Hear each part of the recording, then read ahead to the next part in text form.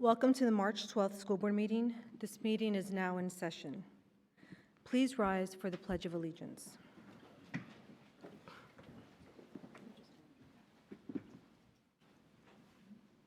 I pledge allegiance to the flag of the United States of America and to the republic for which it stands, one nation, under God, indivisible, with liberty and justice for all.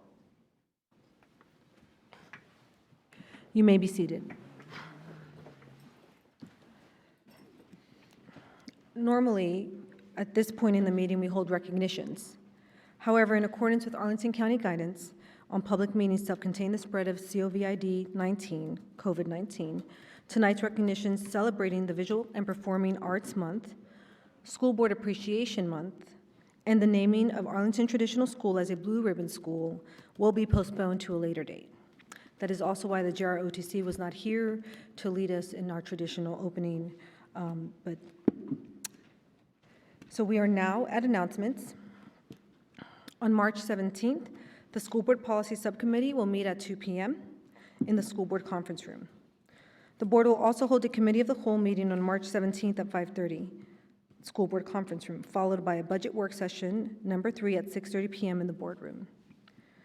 And on March 25th, we will hold another Committee of the Whole meeting on the budget at 5 p.m. in the School Board Conference Room. Colleagues, do you have any announcements you would like to make? Okay.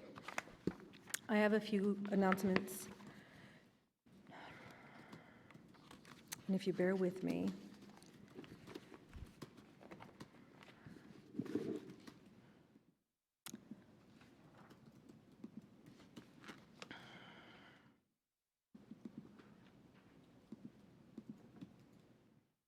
I also want to apologize for the delay in the start of our meeting.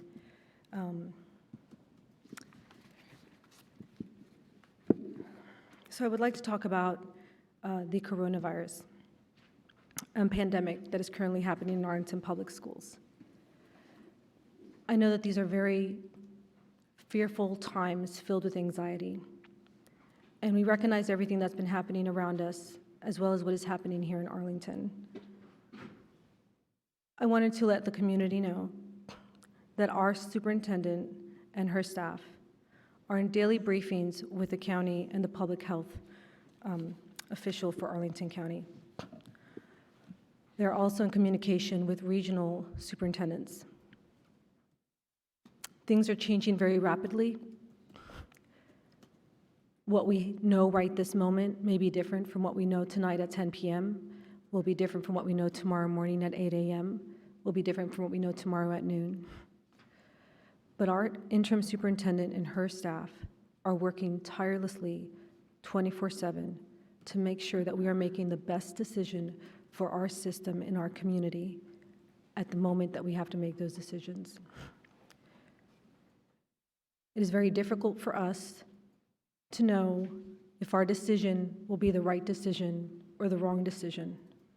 But what we know is that our decisions have an impact regardless of what they are. If we close schools, we have students who may not eat. We have students who may not have care. If we keep schools open, and it's a widespread in our community, we may support that spreading. And there's a very special timing where if we close schools at the right time, we may be able to help contain it. If we close it too early, our kids are out of school for a very long time. That may lead to other public health concerns. And if we close too late, we may not have been able to support we may not be able to support a greater spread of this pandemic. So we find ourselves in unprecedented times.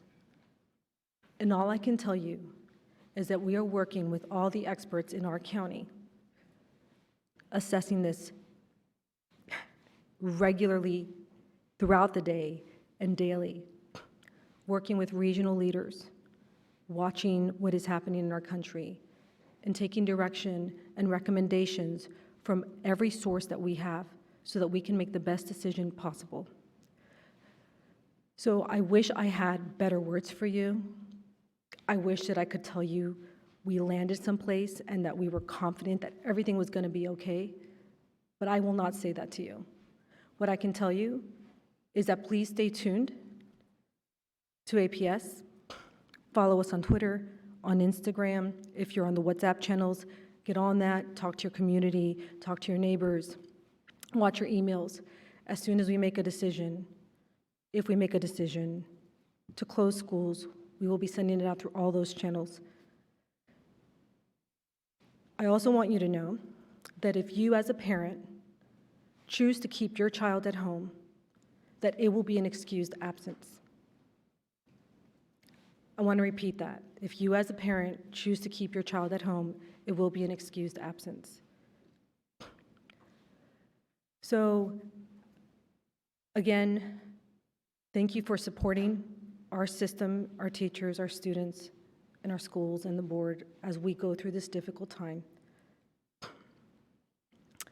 We want you to know that this is keeping all of us up at night, and we do have the safety of our students and our staff and our system at the forefront of everything that we are thinking about and considering and how to move forward.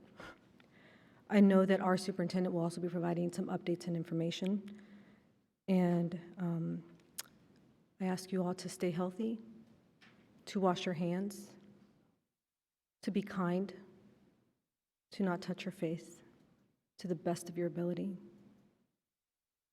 to remember that this virus does not discriminate. It's no one's fault. It just is something that is happening in our country today, and we as a community will have to come together to support each other. And the best way to do that is through kindness, vigilance, education, patience, and for those who pray, prayer. Thank you. And I'm going to provide an update on the superintendent search.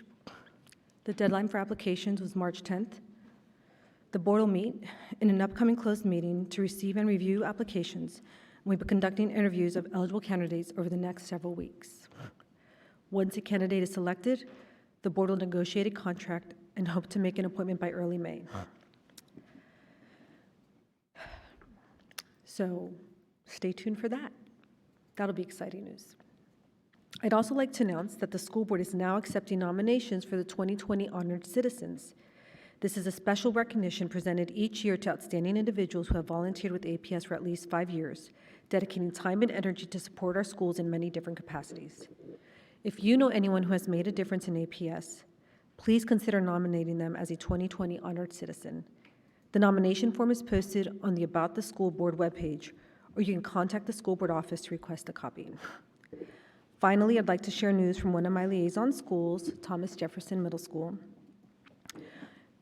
On March 2nd, the students and staff at Jefferson celebrated Booktopia, an annual event where the staff and PTA turn the gym into a free bookstore, and every student gets to choose a new or gently used book to keep. Nearly 1,100 kids received books this year, and the extra books were donated to classrooms. Students and teachers were extremely excited. Some even said that Booktopia is their favorite day of the year. So we will now hear the interim superintendent's announcements and updates.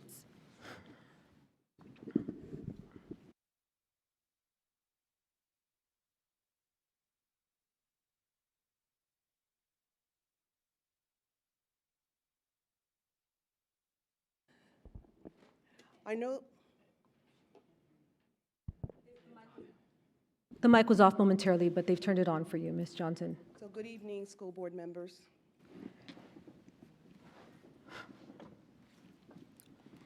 Thank you, Madam Chair, for the remarks on the coronavirus. I know that we're all carefully watching the developments of the coronavirus. This has hit particularly close to home this week with the first confirmed cases in Arlington and the climate we're now living in. I first want to stress that we know how frightening and uncertain this is. As we are making decisions for the school division as a whole, we recognize that you need to continue to make the decisions you need for your family. So in light of this, I'll repeat what our chair shared. Parents can choose to keep students home, and absence will be excused without penalty. Parents can choose to keep students home, and the absence will be excused without penalty. With that said, I want to provide a brief update on our efforts to protect our school community. We are collaborating with school health to monitor developments and following CDC guidance. I want to stress that information is being updated rapidly, and we're responding based on the best information we have at any given time to combat the spread of the virus in our schools. Also, Arlington County Public Health is working aggressively to identify possible exposure and recommend necessary measures to reduce risk of possible spread. Our efforts are focused on education prevention planning in the event of a direct impact in our school.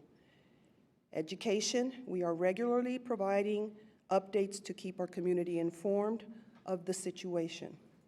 Prevention is key. We are reinforcing the importance of basic steps like washing hands and staying home when you are sick. These are actions we can all take now and have proven to be highly effective in preventing the spread of illness in schools. Our custodial staff have been working hard to keep our schools and classrooms clean and to thoroughly disinfect them on a daily basis. And we are planning ahead to ensure instruction can continue in the event a closure is recommended. We are committed to ensuring every student can access instruction remotely. We are also developing plans to make sure families who depend on schools for meals have access to food services if we need to close. I want to stress that this is changing minute by minute, and we know there are many opinions as well as many rumors circulating about decisions to close or not close. We are working with health experts in our community on this with the health and safety of our community in mind. I am also in close contact with the Region 4 superintendents so that we can coordinate. Any decision to close will be communicated to staff and families as soon as decisions are made. I do want to thank all staff for their collaborative efforts, and especially our classroom teachers who are working each day with students to provide a sense of calm and to support their needs. We have established a webpage with parent resources and information. We thank the community for their support in this community-wide effort.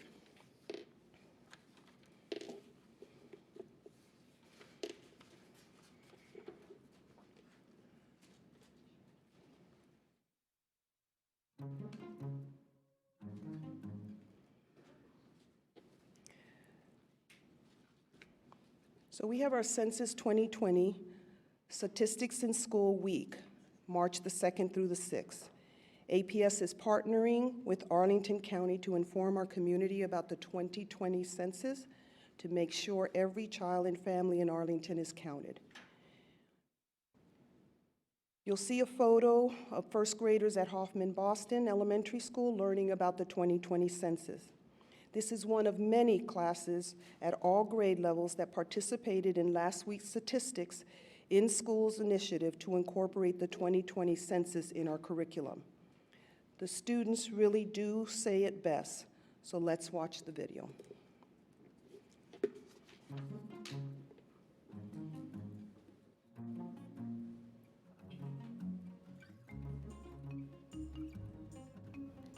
Arlington Public Schools is ready and excited for the 2020 census.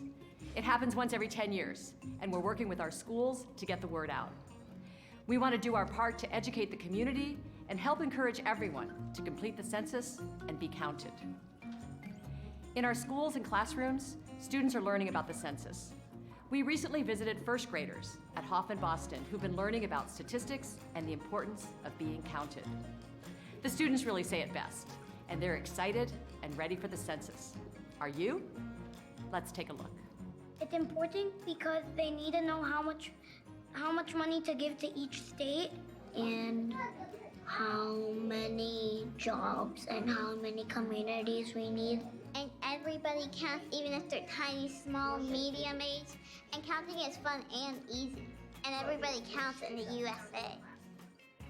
I count, you count, your family counts too. I count, you count, your neighbors count too. The census counts, people make sure it counts you. We have to make sure that everybody, our neighbors, our friends, family members, and our family members, right, are counted. How do we get this information? What do we do? Somebody might knock on your door and ask how many people, or there's gonna be a sheet in the mail that you're supposed to sign. Absolutely. What do you see about those numbers? That number is telling a story. Would you like to share what you think? Yes. the story is being told if there were more girls or more boys, and the answer is boys. I know. More. Exhausting. Exhausting? You think so? The census and the information that they're learning, how to count accurately and to count in the world, will shape the communities in which they will live and grow in the future.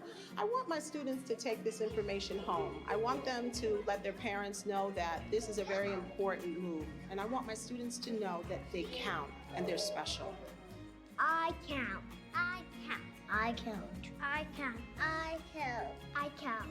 Estamos toddler. Todo el mundo cuenta. Megan don't. Yo cuenta. Todo el mundo cuenta. Estamos toddler. We are just about to embark on the 2020 census. It is so important that we count everyone.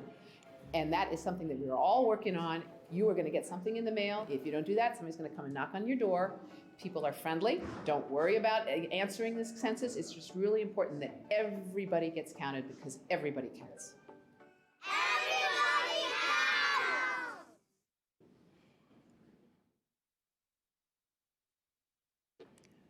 So as you can see, the students are ready. As the 2020 census approaches, it is critical that everyone participate to ensure a complete and accurate count. The 2020 census count impacts how billions of dollars in federal funds are distributed each year for programs and services that are critical for schools and students, such as special education, food assistance, and Title I grants that help serve low-income families. We are encouraging all parents, guardians, staff, and community members to take part in the U.S. Census. There will be census information distributed in schools and at school events, and special count events taking place in Arlington that are scheduled throughout the month and into April. So beginning today, March the 12th, a postcard will go out to all residents, letting individuals know how they can complete the census online or by phone. If a person has not completed the census by April 3rd, a paper questionnaire will be mailed to the residents. Census responses are confidential.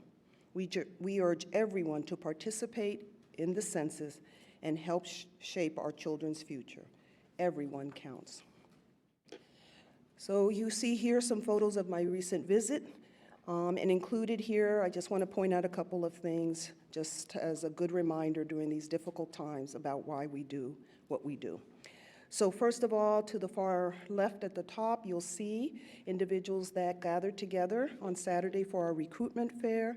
We had tremendous response from APS staff, so thank you very much as we continue to recruit and look for highly qualified staff. The bottom left is the Language Day celebration that was coordinated by our language supervisor. We had an opportunity to hear students using many different languages across all of the levels. If you look to the right, this is my participation in Women's History Month at Kenmore, where I had an opportunity to read and talk about my journey and experience. And the bottom two photos are our preschool program students at Integration Station. And again, it shows how APS values our pre-K programs. It is Women's Month, so Arlington Public School will celebrate APS employees on the APS Women's History page for Women's History Month.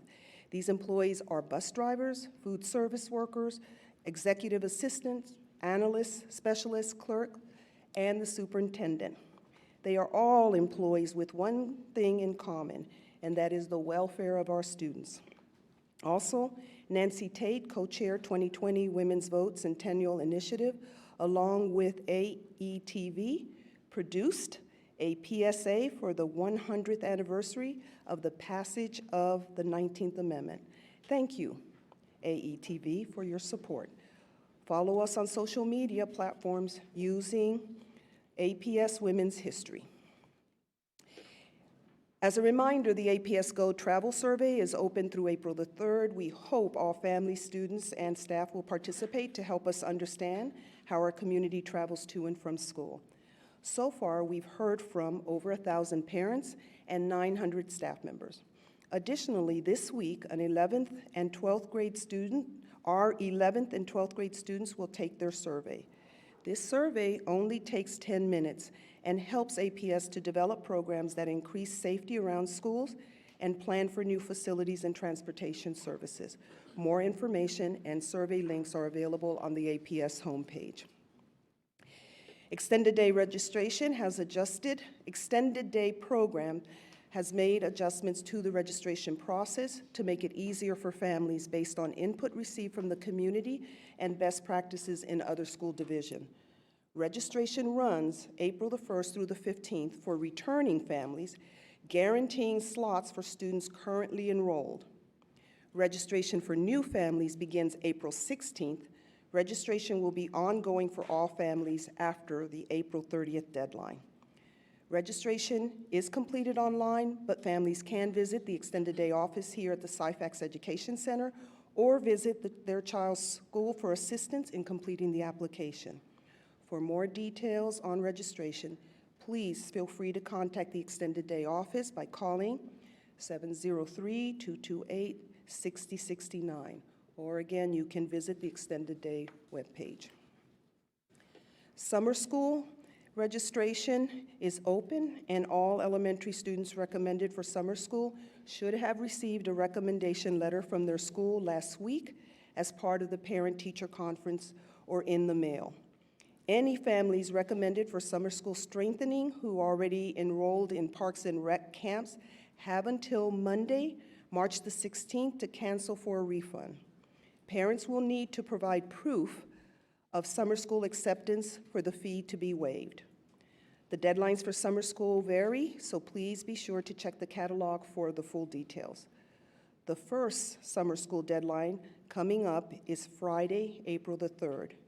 That's the last day to register for elementary and middle school outdoor lab programs.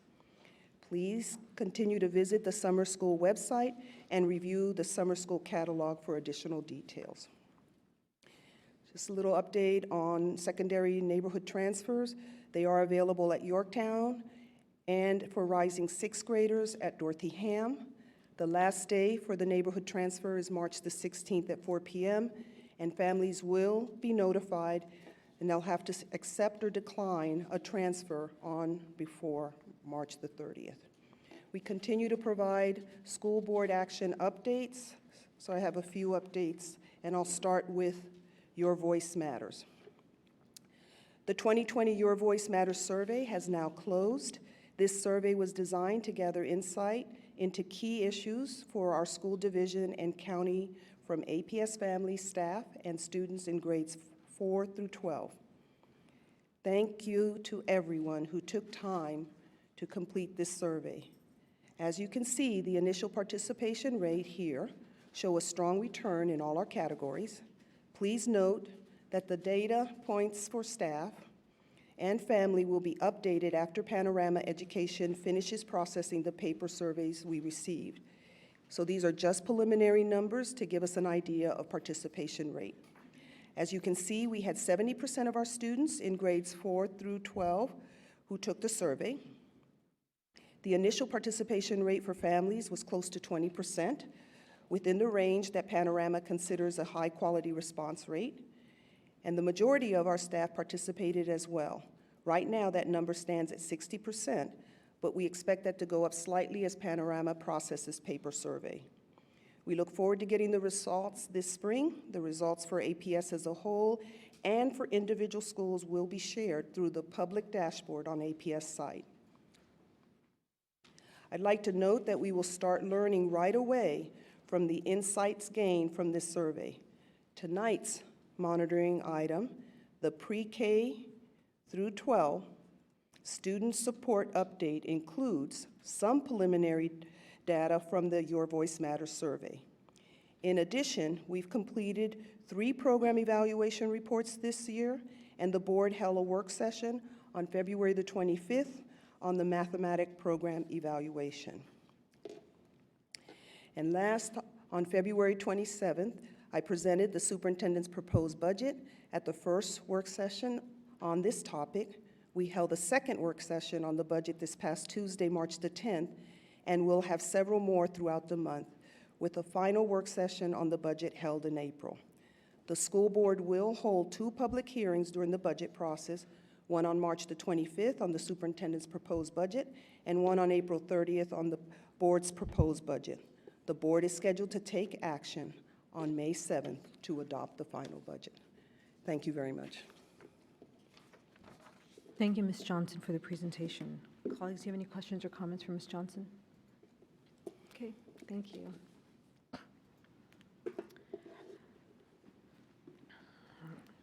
We are now at consent. May I have a motion to adopt the consent agenda? So moved. Is there a second? Second.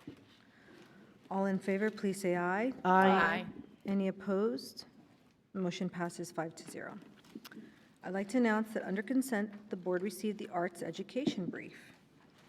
And we also approved funding for accessibility improvements at Fleet Elementary School. That was presented to us at our last meeting for information. Generally, when we receive a briefing from one of our departments, I have printed it out and am ready to waive it, but I did not get an opportunity to do that today. So I want to apologize. However, I think it's important to read something really amazing that was written in this briefing, and I encourage everyone to read it because there's so much wonderful information about music and arts in the briefing. But I think this is a good summary, and this is part of the briefing. During the 2018-2019 school year, there were 7,416 enrollments among students in grades 6 through 12 in instrumental music, choral music, visual arts, and theater. The arts offer powerful tools for expression, tools for making connections, critical thinking, personal realization, communicating, for problem solving, and civic engagement. They are an essential part of human history and provide a foundation for students to succeed. All students will be equipped to problem solve and use tools they learn in the arts to build and innovate our future worlds. The briefing is wonderful. It talks about all of the different regional orchestra, the All Virginia Jazz Band, the 2018-29 District 12 honors bands. We had so many students participate. We had some students actually get into our regional bands. And there's information on data.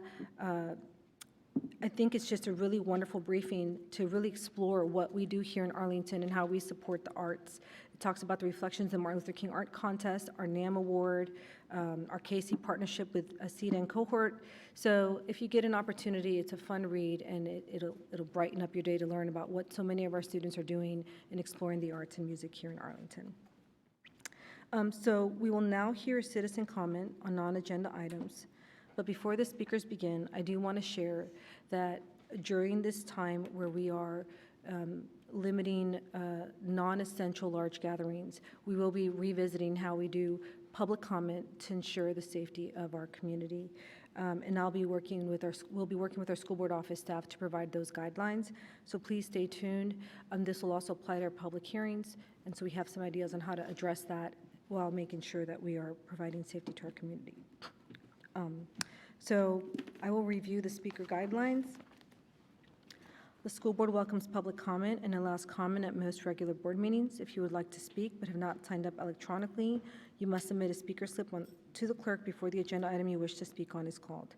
Speakers are called in the order in which they sign up. However, if there are students who have signed up to speak, we invite them to speak first so they do not have to stay out too late on school night.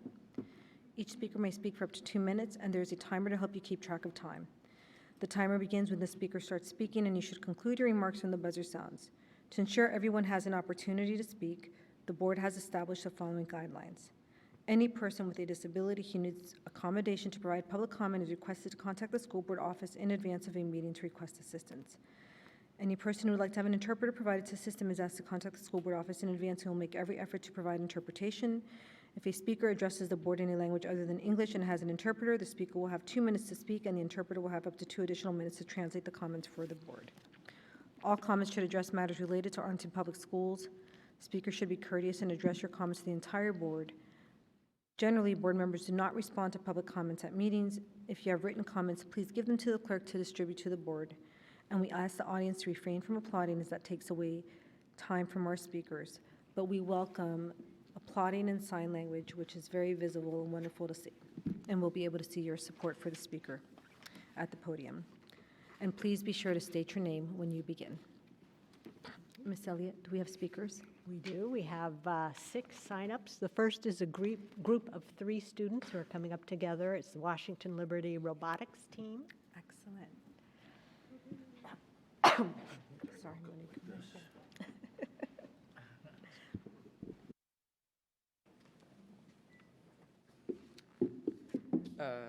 Hello. We're from Washington Liberty's brand new robotics team. I'm Team Captain Shreyas Naidu. I'm Build Team Leader Donovan Quo. And I'm the lead driver, Thornton Thomas. We're here this evening to tell you that last weekend, General's robotics team participated in their very first competition. We were selected for the second best alliance and making it to the quarterfinals. We were awarded both the Highest Rookie Seed Award as well as the Rookie All-Star Award, and were invited to attend the Chesapeake District Championships in June.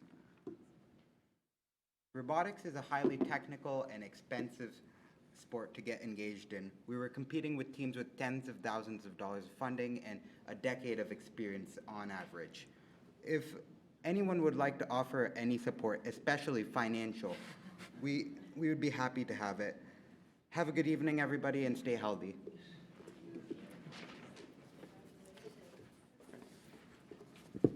Thank you for your comments and congratulations. All right, our next speaker is Marcio Silveira.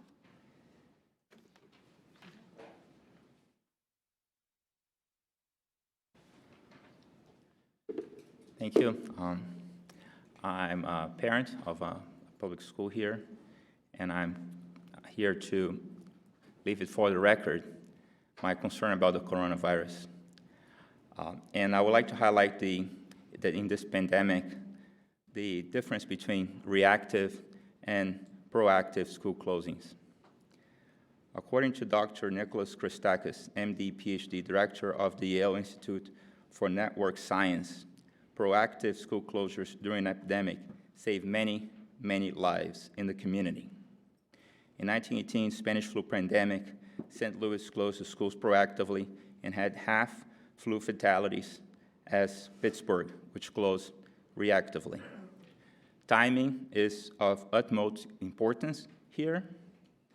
I urge you to follow the lead of Loudoun County and close Arlington Public Schools. Please put safety ahead of expediency. Thank you. Thank you for your comments. All right, our next speaker is Josh Volb.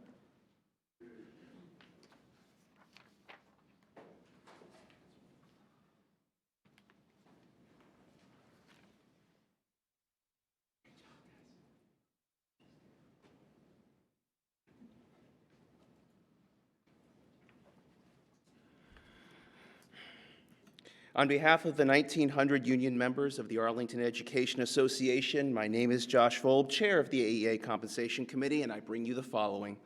APS had a compensation work session and questions were posed about what to do about employee pay should choices be necessary.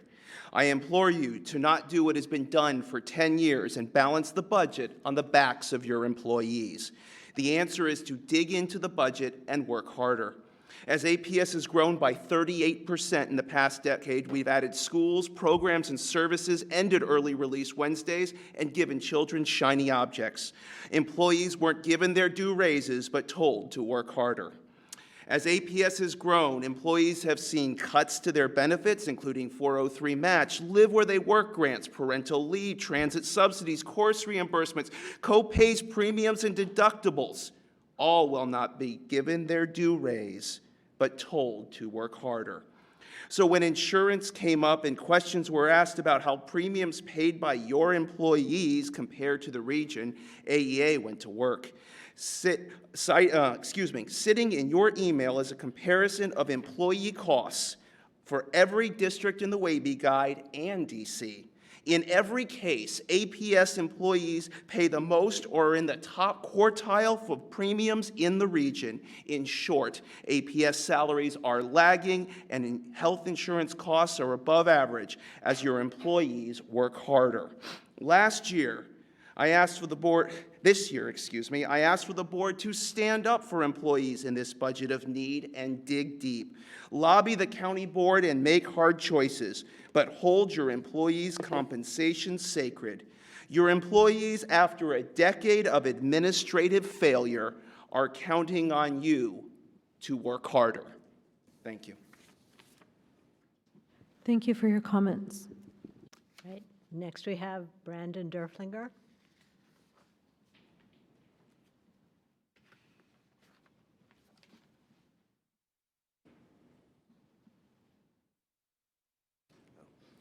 Good evening. It's difficult for me to stand here. I teach in Arlington County Public Schools. I teach at Gunston Middle School, world geography teacher. I'm very much worried about our response to COVID-19 or coronavirus. As an individual, as a teacher, I very much worry about going into a school building each day where I may be a person that has encountered it or will have it and transmit it. I want us to understand that I don't want us to panic, but as a teacher, I'm concerned about my students, first and foremost. And as a teacher, I cannot justifiably go into a school building each day knowing that this is going on and not say something. I feel very strongly about this, and I see my 4 seconds. But it's hard for me to compartmentalize this into a short statement. But I very much feel that we should follow the lead of Ohio, Maryland, and other states that have closed their schools to respond to this. It's better to be proactive than reactive. I'd rather close schools and not have a case than to not close them and have a case and then have to come back at the back end and say, why didn't we do that? I feel very strongly about this, and there are many teachers that do. So please, please, please think not just about students and teachers, but please think about the overall impact this will have if we don't do the things that we can do now and we fail to do, and we have to feel the repercussions. Thank you. Thank you for your comments. Thank you for being here this evening. All right, next we have Deanna Caputo.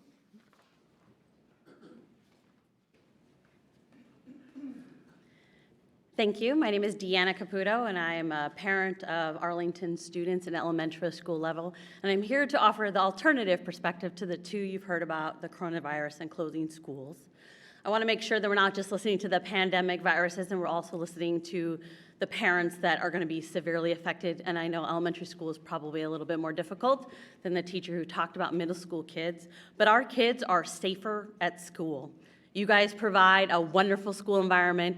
It's a controlled, clean environment, less exposure to people every day. If you send our kids home, they will be more exposed and carrying around more. They will not stay in their homes. They are children. They will go to play dates so that parents can work. They will go to parks and places that aren't as clean as our schools. So I hear the word safety and well-being used, and I want to make sure we're representing other issues that are under safety and well-being besides the obviousness of a disease.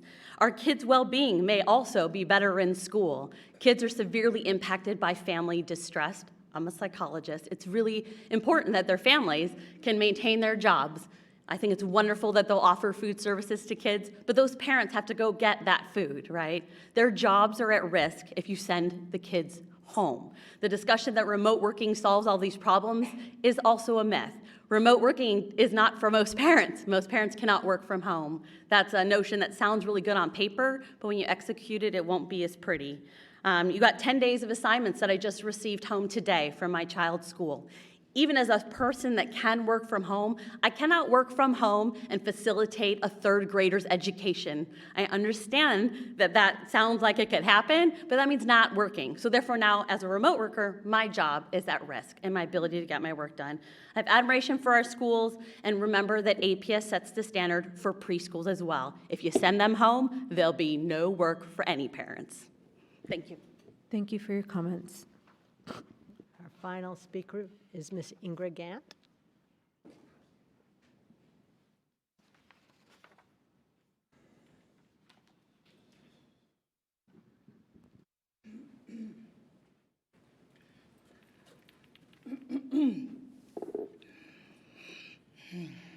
Good evening to Chair Tanya Talento. My voice is gone. To the school board members, to our fantastic superintendent, to the executive leadership team, and all assembled tonight watching at home. My name is Ingrid Gant, and I did not want to speak today because I've been working all day, and I've been traveling for months, campaigning to be the next VEA president, which I will become very soon. But my heart is so heavy because I'm a woman of faith, and I'm an ordained minister. And we've closed our churches. Many places from Washington, D.C., Arlington, Maryland, our churches are closed. We didn't have Bible study. We can't minister, and we're going to homes. To hear our educators calling me and responding to just emails they see every 10 seconds that are coming out is causing anxiety. I talked to our assistant superintendent today, and I said, I'm one who's on chemo medicine. My immune system is already at risk. We have many teachers who are going through health challenges. We have students who are going through health challenges. The anxiety is unbearable. I ask you to think about our students' safety, to think about our educators' safety, because when you do what's right for educators, ultimately you're doing what's right for students. I will babysit anybody's child that needs somewhere to stay, but I ask you to look at the overall offense that we're doing to our entire community. Thank you so much. Thank you for your comments.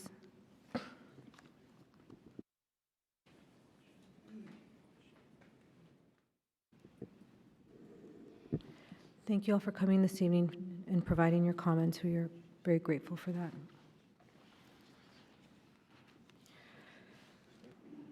We have 2 monitoring items tonight. First, we will hear about the student support from pre-kindergarten through grade 12. Ms. Johnson, would you please present staff? I'd like to turn it over to our Assistant Superintendent for DTL, Bridget Loft, who will introduce the staff. I want to thank Laura Newton, our Director of Student Services, Wendy Correa, our supervisors of our psychologists and social workers, Pam McClellan, our supervisor of our Office of School Counseling, and Sarah Snyder, who is our specialist in the Office of School Counseling. And they will be sharing their monitoring report with you. Good evening. There we go. Thank you. So good evening, School Board Chair Tanya Talento, school board members, Interim Superintendent Cynthia Johnson, and members of the Executive Leadership Team. We're pleased to be here tonight to share updates, data, and information on the monitoring report for student services. I am joined by Supervisor of School Counseling Pam McClellan and Supervisor of School Psychology and Social Work Wendy Correa. Together, we'll be sharing information on the monitoring report for student services supports with its alignment to the strategic plan. The Office of Student Services provides system-wide services in school counseling, school psychology, and social work. Our central office staff includes myself, the Director of Student Services, Pam McClellan, Supervisor of School Counseling, Wendy Correa, Supervisor of School Psychology and Social Work, and Sarah Snyder, Coordinator of School Counseling. Together, we supervise 125 school counselors, 6 substance abuse counselors, 38 school psychologists, and 31 social workers who serve our students and families in our schools and programs across the county. I would like to take this opportunity to thank the school board members for your acknowledgement and appreciation of our counseling, psychologists, and recently, school social workers during their professional celebration week. The Office of Student Services continues to be aligned with APS strategic plan and with the school board priorities, which focus on initiatives to increase achievement and progress towards eliminating the opportunity gaps, improvement in mental health measures and access to mental health resources, and all students identified in a school-based adult who supports and encourages their academic and personal growth. The Office of Student Services is committed to becoming a school system of supports by finding and supporting initiatives to increase consistency across schools, streamline processes, and build capacity to impact student success and well-being in alignment with the school board's priorities. Our good news are APS on-time graduation remains high for class of 2019 at 92.5. In fact, it is higher than Virginia's on-time graduation at 91.5. For class of 2019, 65% of APS students graduated with advanced studies diploma. 88% of our APS graduates indicating attending a 2- or 4-year college. And 79.4% of our students completed 1 or more college-level courses, compared to 78% for class of 2018. The next few slides provides data on how we're supporting student success under performance objective number 1 and are in alignment with the new graduation requirements under Profile of Virginia Graduates effective for class of 2022. For students entering the 9th grade for the first time in 2018 and 19 and beyond, students will need to earn 22 standard units of credits and 5 verified units of credits to receive a standard diploma.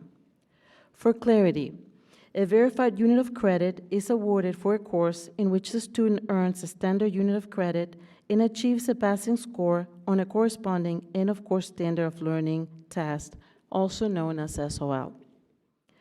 For an advanced studies diploma, students will now need 26 standard units of credits and 5 verified credits, as well as complete an advanced placement, honors, or international baccalaureate course, or earn a career and technical education credential. For the purpose of this presentation, we will use dual enrollment, a college-level course, to represent honor courses. APS defines advanced courses, including honors, as courses that provide students with opportunities to acquire higher-level knowledge, skills, and concepts in a subject area, often at the college or professional level. Our first graph provides information on student enrollment in advanced courses since 2016 to 2019. Advanced courses are represented by dual enrollment, international baccalaureate, advanced placement, and career and technical education courses, and are represented by the different color bars. Over the past 3 years, we can see an increasing trend in student enrollment in all 4 categories of advanced courses, which includes dual enrollment, IB, AP, and ACT courses. The next chart provides a snapshot on snapshot, I practice that word, on AP student demographics by race and ethnicity. Starting in 2010-11, the U.S. Department of Education required that school districts ask families to designate 2 pieces of information: 1, student's ethnicity as Hispanic or non-Hispanic, and race. Students whose ethnicity is Hispanic are reported as Hispanic. Students whose ethnicity is not Hispanic are reported as the race designated by the family. If more than one race is indicated, a student's race is reported as other. Next, we have desegregated the data on student enrollment by ethnicity in all 4 advanced courses. This slide provides student enrollment in advanced placement courses by ethnicity. All APS student groups are represented by the different color bars. Starting with the left, blue is Asian students, orange is Black students, green is for Hispanic students, yellow is for other, and purple is for white students. Overall, student enrollment in advanced courses shows an increasing trend for all ethnicity groups over the past 3 years, except for our Asian students. There has been a decline in Asian students' enrollment in APS in the last few years from 9.1% to 8.8%. Next slide shows student enrollment in dual enrollment courses by ethnicity. While the number of white and other student enrollment in dual enrollment courses has increased over the past 3 years, other ethnicity groups continue to be underrepresented.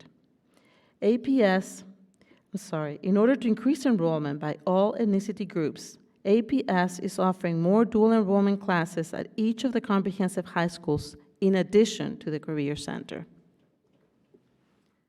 Next, this slide shows information on student enrollment in International Baccalaureate by ethnicity.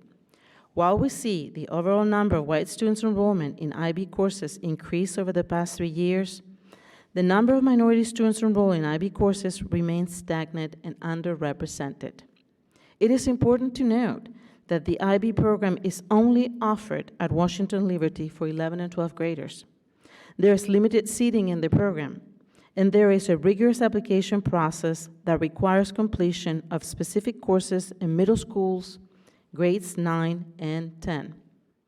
To address these disparities, we know that with the expansion of Washington Liberty with the former Ed Center will increase the number of seats in the program, and the implementation of academic advising in middle school due to the new requirements for Profile of Virginia graduate will help close the enrollment gap.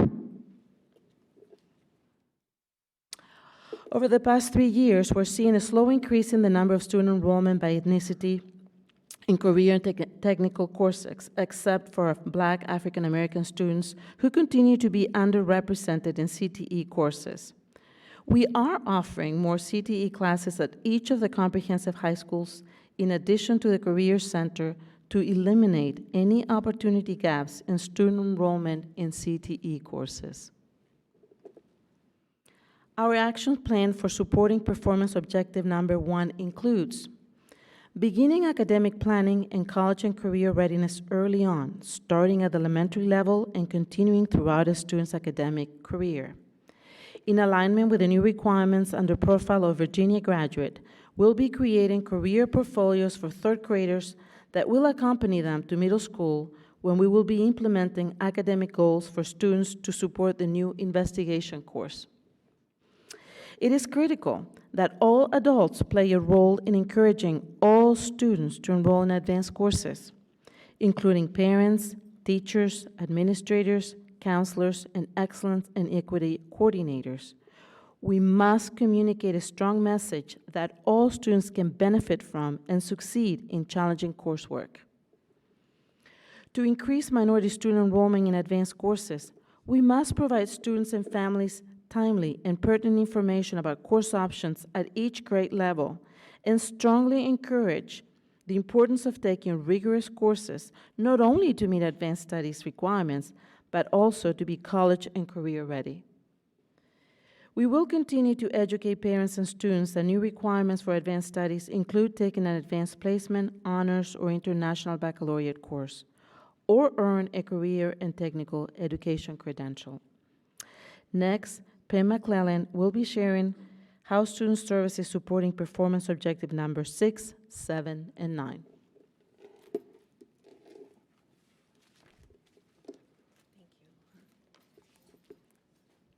Good evening. Let me just make sure. So thank you. I remember the first time I did this, we did K through 5 on one night and 6 through 12 on another night. So you're getting all of this in one night. So that's why it will feel like it's a little bit long. I want to thank you and also acknowledge the team, the whole team, because we all had a part in putting every one of these slides together. So supporting academic achievement and reducing opportunity gaps requires a look at site-wide social emotional learning, which is a large part of what we do in the Office of Student Services. Past Youth Risk Behavior Survey and Your Voice Matters results were coalesced into the 2019 Community Report on the Status of Children, Youth, and Families. So the 2018 Your Voice Matters survey was created before the performance objectives under the new strategic plan were created. So we took the opportunity with the 2020 Your Voice Matters to strategically add new student questions to drill down on performance objectives 6, 7, and 9 so we could plan accordingly for short-term and long-term goals. So results from the Your Voice Matters 2020 will be used to establish benchmarks and goals for 2024. We are not able to change or add questions in the Youth Risk Behavior Survey, so while we consider those results important and useful, we believe using Your Voice Matters and adding these specific questions allows us to drill down and set specific performance objective benchmarks. In the following slides, I'll share with you a small sample of the preliminary data we have received from the Office of Planning and Evaluation working with Panorama. So we want to start with the question related to bullying. And before we do that, I want to remind that the definition of bullying, according to APS current policy, is the repeated infliction or attempted infliction of injury, discomfort, or humiliation on a student by one or more students. So it has some hallmarks. One is that it's done intentionally, it's done repeatedly, and it's done by the same person, and there's usually an imbalance of power associated with it. So they can be physical, it can be verbal or nonverbal. So I just wanted to sort of set that definition so as we go through some of the questions, we'll be able to see how that works together. So just to orient everyone, you're seeing on this chart preliminary data from 50% of our middle and high school respondents for one type of bullying, social media postings. There are 3 additional types of bullying that we ask about in the 2020 survey, and those include physical bullying, teasing and name-calling, and the spreading of rumors. We ask all of the bullying questions of our elementary and secondary students. Only middle and high school preliminary data is shown here. So for each of the bullying type questions, we ask 4 follow-up questions. Here we show the preliminary data on social media postings, and you can see that this is roughly half of the students we've surveyed. So far, the survey results indicate that 86% of students have not had hurtful or threatening things said about them on social media or over email. 5% said it happened once. 9% of students surveyed indicated that this type of behavior has happened to them a couple of times or more, which is one factor we look at when identifying bullying behavior. So in the final Your Voice Matters survey results are available for the new questions, we'll be able to further disaggregate this data by race and ethnicity. So you're not seeing that level of detail tonight, but it will be available.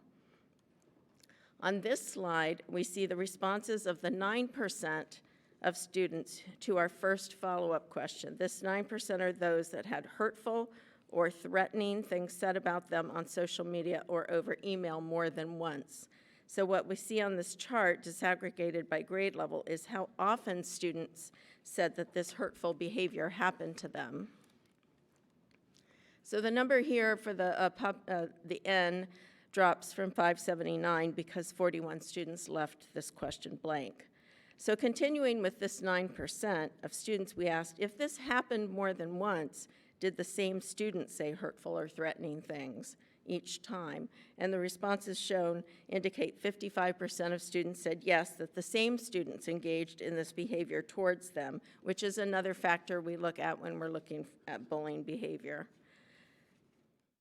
Secondary students who had repeat experiences with the same person are shown here.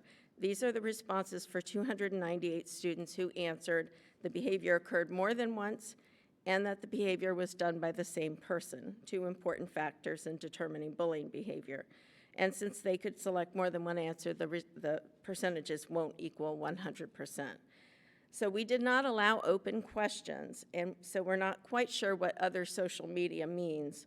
However, Snapchat is a possibility, video gaming, text messages. So we're thinking that we can either do listening sessions or we can add a single answer block when we do the next iteration of Your Voice Matters to break down what that other social media might be. But just having peeked at some of the final data, I can say Snapchat is in there. And I don't know what that is, so I need to find that out. So one final question we asked related to this type of bullying is also very important data for us. As shown in this chart, 66% of the 298 students who experienced this behavior more than once and by the same person, these are the two important indicators of bullying, said that they did not share this information with staff. We did not include a question in asking if they didn't report to an adult, why not? This is something we want to know, so we need to ask this question in the next iteration. So, actions to support performance objective number 6. So here are the programs that we do have in the schools across the district that support performance objective number 6, but they also are mutually supportive of performance objectives 7 and 9. 4 years ago, APS staff began selecting and purchasing social-emotional learning resources that are research-based and demonstrated to be effective when used with fidelity. At each step, we collaborated with our school-based teams, our experts on the ground, whom we have the highest respect for, and they have wholeheartedly embraced and delivered these programs across the district. So Dr. Newton mentioned becoming a school system earlier. We have worked hard to become one in the area of explicit instruction on social-emotional learning, and our funding continues to support these foundational programs. So we believe in the area of explicit student SEL instruction that we are a school system. And we want to thank profusely the school-based counseling team, substance abuse counselors, psychologists, and social workers who are supporting these programs. Just a little bit of data on second chance because substance abuse is in performance objective number 6. And this is just some selected second chance data. So you can see that about 2% of, if we look at school year 19 data, we can see that we had 5,969 students and 142 were referred to second chance. In school year 2019, we had 7,101 high school students that resulted in 214 referrals, and 77% of them were for vaping, tobacco, and e-cigarettes. 82% of the referrals were made by school-based staff. So substance abuse prevention lessons were extended to 5th grade in school year 20 to address the vaping increase we saw among 6th graders in school year 19. This alarmed us, as we do not want a student to begin their secondary educational career with a referral to second chance, nor do we want to see them suffer the health effects of vaping that we've all seen and heard about in the news.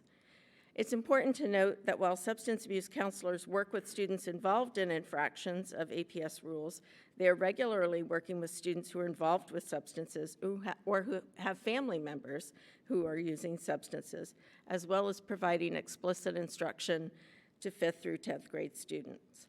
So they're a small but mighty team who regularly help outside of the APS school day to families in the community provide that support. We've received and accepted a number of press invitations for our substance abuse counselors, and Dr. Vascones stood beside the U.S. Army Surgeon General when he did a presentation about vaping. Moving to performance objective number 7, for the 2020 Your Voice Matters student survey, we asked 3 new questions to collect data for this objective, which addresses student access to mental health resources. Again, please note that this is preliminary data and represents 50% of the students surveyed. So this was our first question. During this school year, did your school give you strategies for coping with personal stress, anxiety, and feelings of sadness? And these percentages show the number of students who answered yes, disaggregated by grade. Our second question for performance objective number 7 was designed to determine whether students knew who in their building they could talk to about personal stress, anxiety, and feelings of sadness. These percentages represent students who answered affirmatively. Something I didn't say earlier, but it's important to note, and it's relevant to understanding the data for performance objectives 6 and 7, is that we did set a parameter in the question of this school year. So for example, if students in grades 11 and 12, as you see here, were given this information about who to talk to, it could have been in grades 9 and 10. So they may not have answered that question affirmatively. And this was our final question for performance objective 7. And what this data shows so far tracks with what we have been hearing anecdotally and saw in the preliminary data we shared about reporting bullying incidents. The data shows that even though they know who to talk to for the most part, the responses indicate that they are not using the resources for a reason we need to fully determine. We'll address this later in our presentation. And some of the things we've done to support performance objective number 7 and access to mental health resources, we've collaborated with Child and Family Services.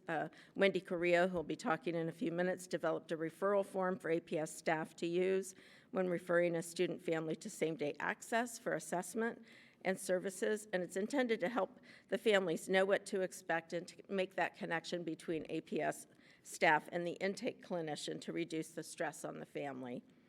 And we participate consistently in the monthly meetings of the Wellness Roundtable, of the Partnership and the Child and Family Committee of the Children of the Community Services Board. And now, just a brief respite here. We're going to watch a video, and it's my pleasure to share this video on Sources of Strength, one of the programs we talked about. And then I'm going to bring forward Greg Myers, Sources of Strength adult sponsor from Wakefield, and he's a school psychologist, and students from Wakefield are here tonight as well. So we'll watch the video, and then we'll bring them up. Just to note that this is a video about the Yorktown Sources of Strength. You'll see pictures of all of the school sources of strength up here, teams up here. Wakefield pinch hit for Yorktown tonight, and so that's why we have our Wakefield students here, and we're really excited. So we'll show the see if I can figure out how to show the video. How do I do that? In the back? Oh, okay, so they're doing it for me. Okay, thank you.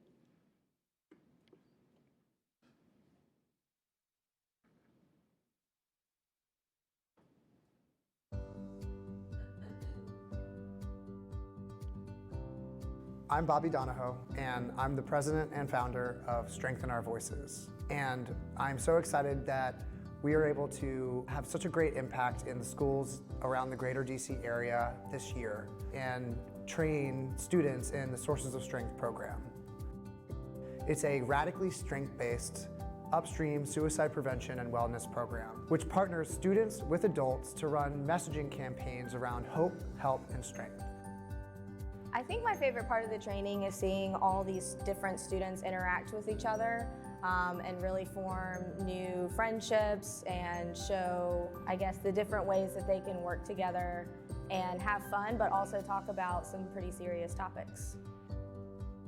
My favorite part of training so far was connecting with different people that I would normally talk to on a different level about certain experiences and problems that we share and have in common. They're super fun, there's tons of games, it's really engaging. And at the end, we'll talk to students about what was your favorite part of the training. A lot of times, students' favorite part of the training is the games. And just building that community with individuals from different social groups in the schools is really a huge value. And when I say look, you're gonna snap your head up and look directly at one other person in the circle. 1, 2, 3, look. My favorite part was probably when we sat in small groups and told our stories to other people as well as listened to their stories. My favorite part of training was learning that I'm not alone in a lot of the struggles that I experience in and out of school. Just the sense of community I feel kind of here. I feel like safe, that we've established a safe place, and like I'm able to be myself. Towards the end of the peer leader training, we talked to the students about their role, which is to go out into their school and population and teach the rest of their student body the things that they learned. I want you to take about 30 seconds and talk about one simple thing you could do within the next week to reach out and connect to more isolates within your school. You as a peer leader at the school, and also as a positive friend, right? You are there for them, you listen, you support them, but you also connect them to trusted adults in the school and other resources to get them the help they really need. I want to be a peer leader because everyone needs a friend. Everyone knows what it feels like to be isolated, to be alone, to be excluded, and to be there for someone is really important for you and for them. You kind of build that bond. As a student, I've seen so many students with suicidal thoughts, and I think that it's so important because everybody is valid, and it's important that this program is for students, by students, with students. We are sources of strength.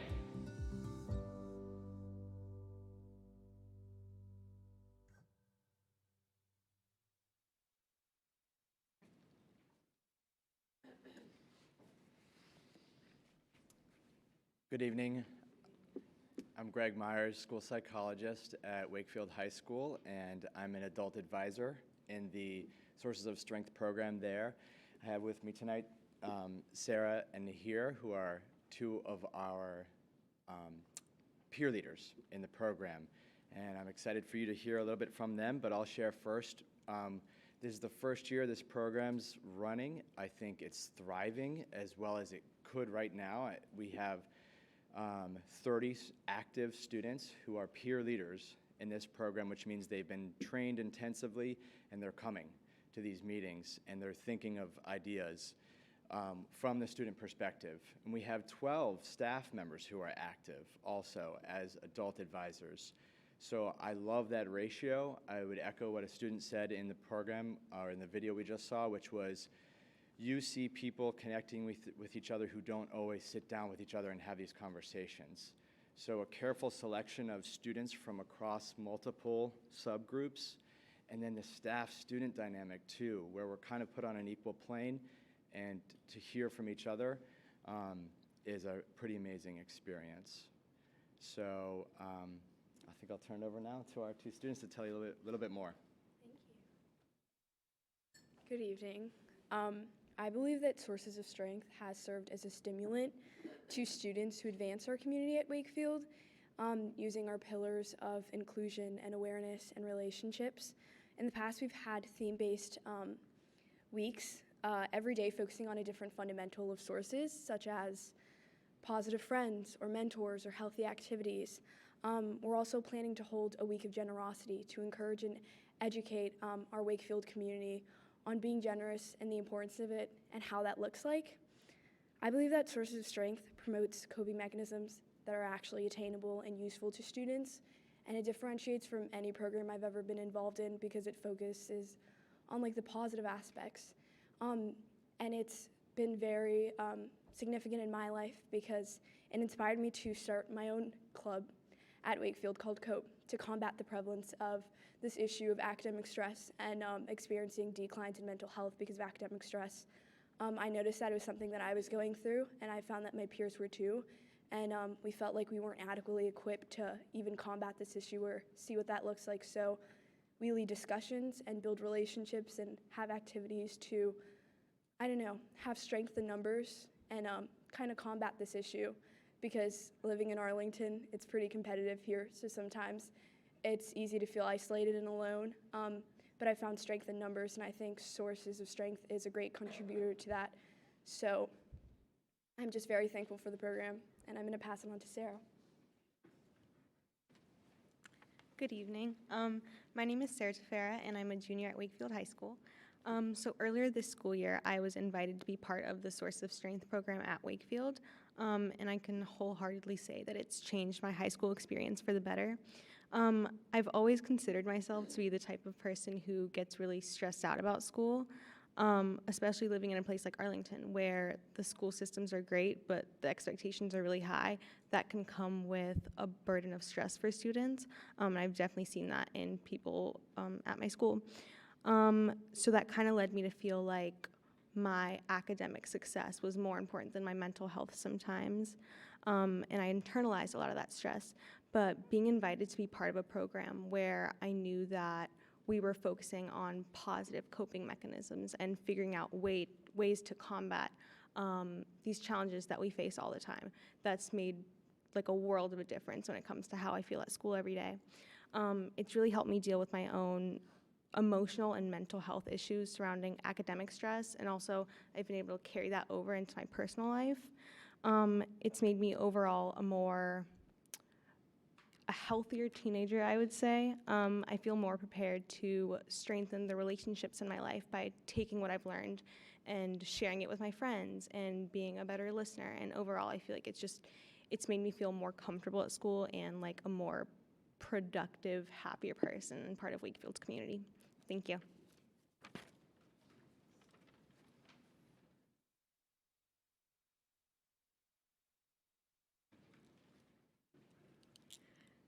So thank you to them. I mean, they said it better than I could ever say it. I do want to give a shout out. Washington Liberty was the first school to take this on. It is at HB Woodlawn, and it will be at Career Center next year.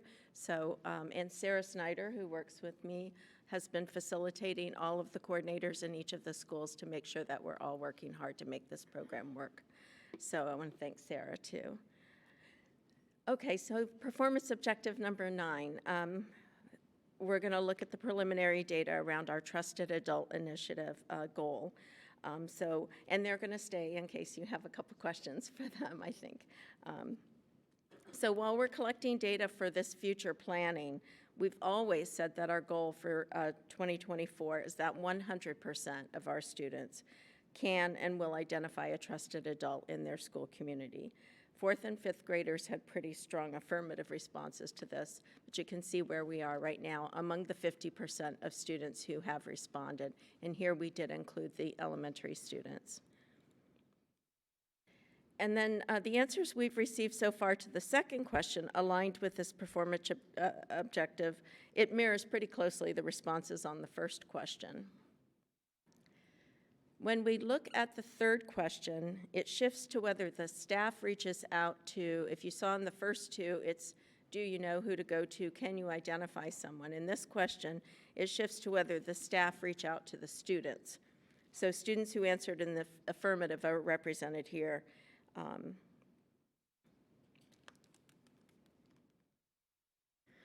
So a number of groups and individuals have learned about the importance of trusted adults. Many of you have discussed it, along with our interim superintendent and student services. We are all making it apparent that this is a school board priority.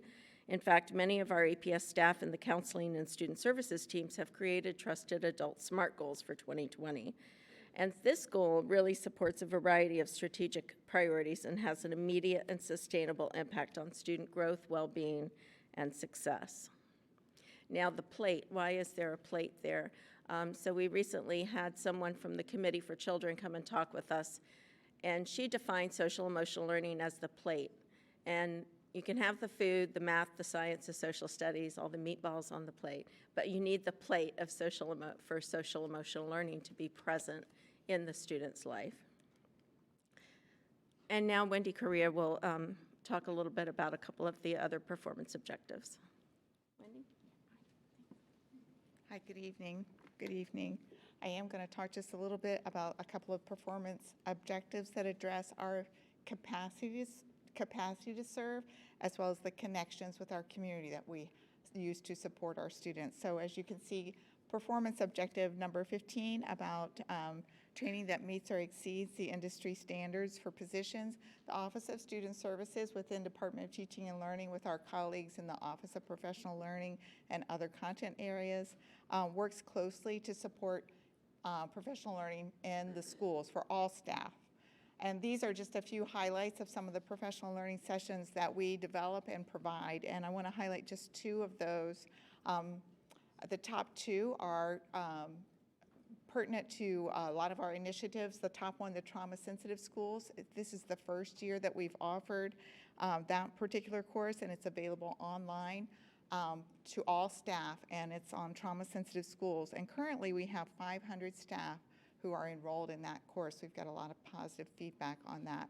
And again, it's not limited to learning days, it's for ongoing enrollment. And then the second bullet there is about the suicide prevention and cognito program, which we've had for a number of years. You're familiar with that. So we continue to offer that at this point and had, again, very positive responses to that. So we provide professional learning in a variety of modalities, both the online opportunities I've discussed, but we also provide in-person trainings. We continue to provide youth mental health first aid, which we've had over 400 participants in that full day face-to-face training, of which Greg Myers is one of our trainers on that as well. And then recently we made a decision to open that up to parents as well, so we can do that learning together and really strengthen our community connections around being able to recognize and respond to mental health needs in students. In addition to these, which are focused outwards, we are also developing professional learning for our own staff to support Tier 2 and 3 interventions. So we have cognitive behavior interventions for trauma in the schools, and Bounce Back, which are 2 programs for secondary and elementary schools. And we offer training that is an overview on core skills from dialectical behavioral therapy. So we're doing both serving and receiving professional learning in our office. The next performance objective that I'd like to talk briefly about is just the partnerships that we develop. And I'm going to break it into 2 parts because these partnerships serve to both reduce barriers and enhance support and services to students and families, and then also they help in terms of opportunities for students. So the first slide here focuses on some of our community and agency partnerships, and you can see within student services, especially our social workers, we work very hard to identify and remove barriers such as basic needs, housing, food, and transportation. And with that, we cooperate with a number of different offices within the Department of Human Services. Social workers are the lead in identifying family needs and connecting families to local resources, including wraparound services, counseling, case management, and community-based interventions. We work very hard, as Pam referenced, we work very hard to continuously strengthen and refine our relationships and the collaboration between agency partners. And one example of a very positive outcome that we'd like to bring to your attention is that at this time, 98% of Arlington children who enter foster care are able to be maintained in their home schools, which is a huge accomplishment and support for students in the foster care student. And this is the result of the consistent implementation of a process to consider the best interest of the child, which includes a multi-agency team. The school has a representative, the DHS child welfare worker, and the parents are involved in making that decision. I also want to highlight for you the picture there. This is a picture of Wakefield architecture students who had created a Halloween-themed construction project to help squash out hunger. And what's wonderful, what I love about this project was that it was organized by the American Institute of Architects, which you'll see is one of our partners. It also involved the AFAC, our Arlington Food Assistance Center. So the students raised money, built a structure, and the cans ultimately ended up with AFAC to be distributed to the community. So it's a win, win, win, win, win on that. I'm very proud of that.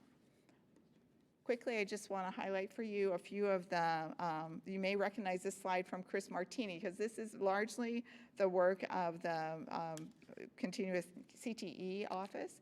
And these are partnerships that we have that provide students with opportunities for work-based learning, summer camps, weekend activities. We have speakers, lots of partnerships going on to help college and career-ready students through internships and externships. And so with that, I want to turn it back to Pam.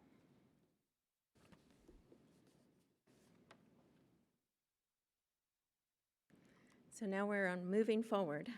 The partnership coordinator is really going to directly impact our ability to attain the Virginia Department of Education directive under profile of a Virginia graduate. So we're real excited about that position. Just thinking about someone who can come into a school and, for example, a person who builds bridges can talk about all of the work that's involved in building bridges and bring that into the classroom. I think that position will go very far in helping us meet the profile of a Virginia graduate.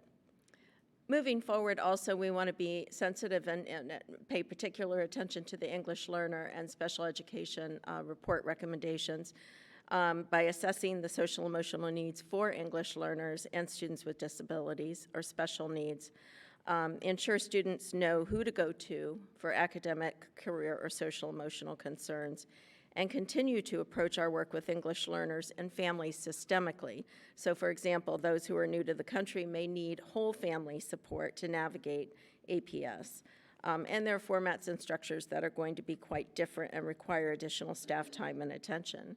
We also need to build capacity around the SEL Learning Reference Guide to educate teachers and families on the range of interventions that we do have available to support students with special needs and English learners. And finally, just reflect on our SEL work to ensure that all facets of it support diversity, equity, and inclusion. And while we certainly reflect on our work and look for improvements, we've learned most directly this year from our students and families through quite a few two-way exchanges with people, among others, those on the ASAC committee, the Student Services Advisory Committee, SEPTA, ACI, the partnership committees, and the interim superintendent's equity chats, as well as discussing mental health. Laura and Wendy and I went to the superintendent's student advisory committee and talked with the students there. We know that we've gotten the tip of the iceberg on what it is that we need to learn from them, and we want to know more from those groups. But what we did hear is that they want us to build, and this is adults and students, a district-wide social emotional learning framework that forms school-wide climate and culture in each school. Here we're talking about things like responsive classroom, PBIS, conscious discipline. Students want us to we need to regularly educate students and families about the scope and breadth of mental health resources in the schools. Message the importance, as one of our students said, of balancing academics and mental health, and providing students access to information important to them using Canvas. So Dr. Allen and I are working with a group of students to create a Canvas course that every student would have that would help them learn information about mental health and resources that they can use. And we should have that ready for next school year.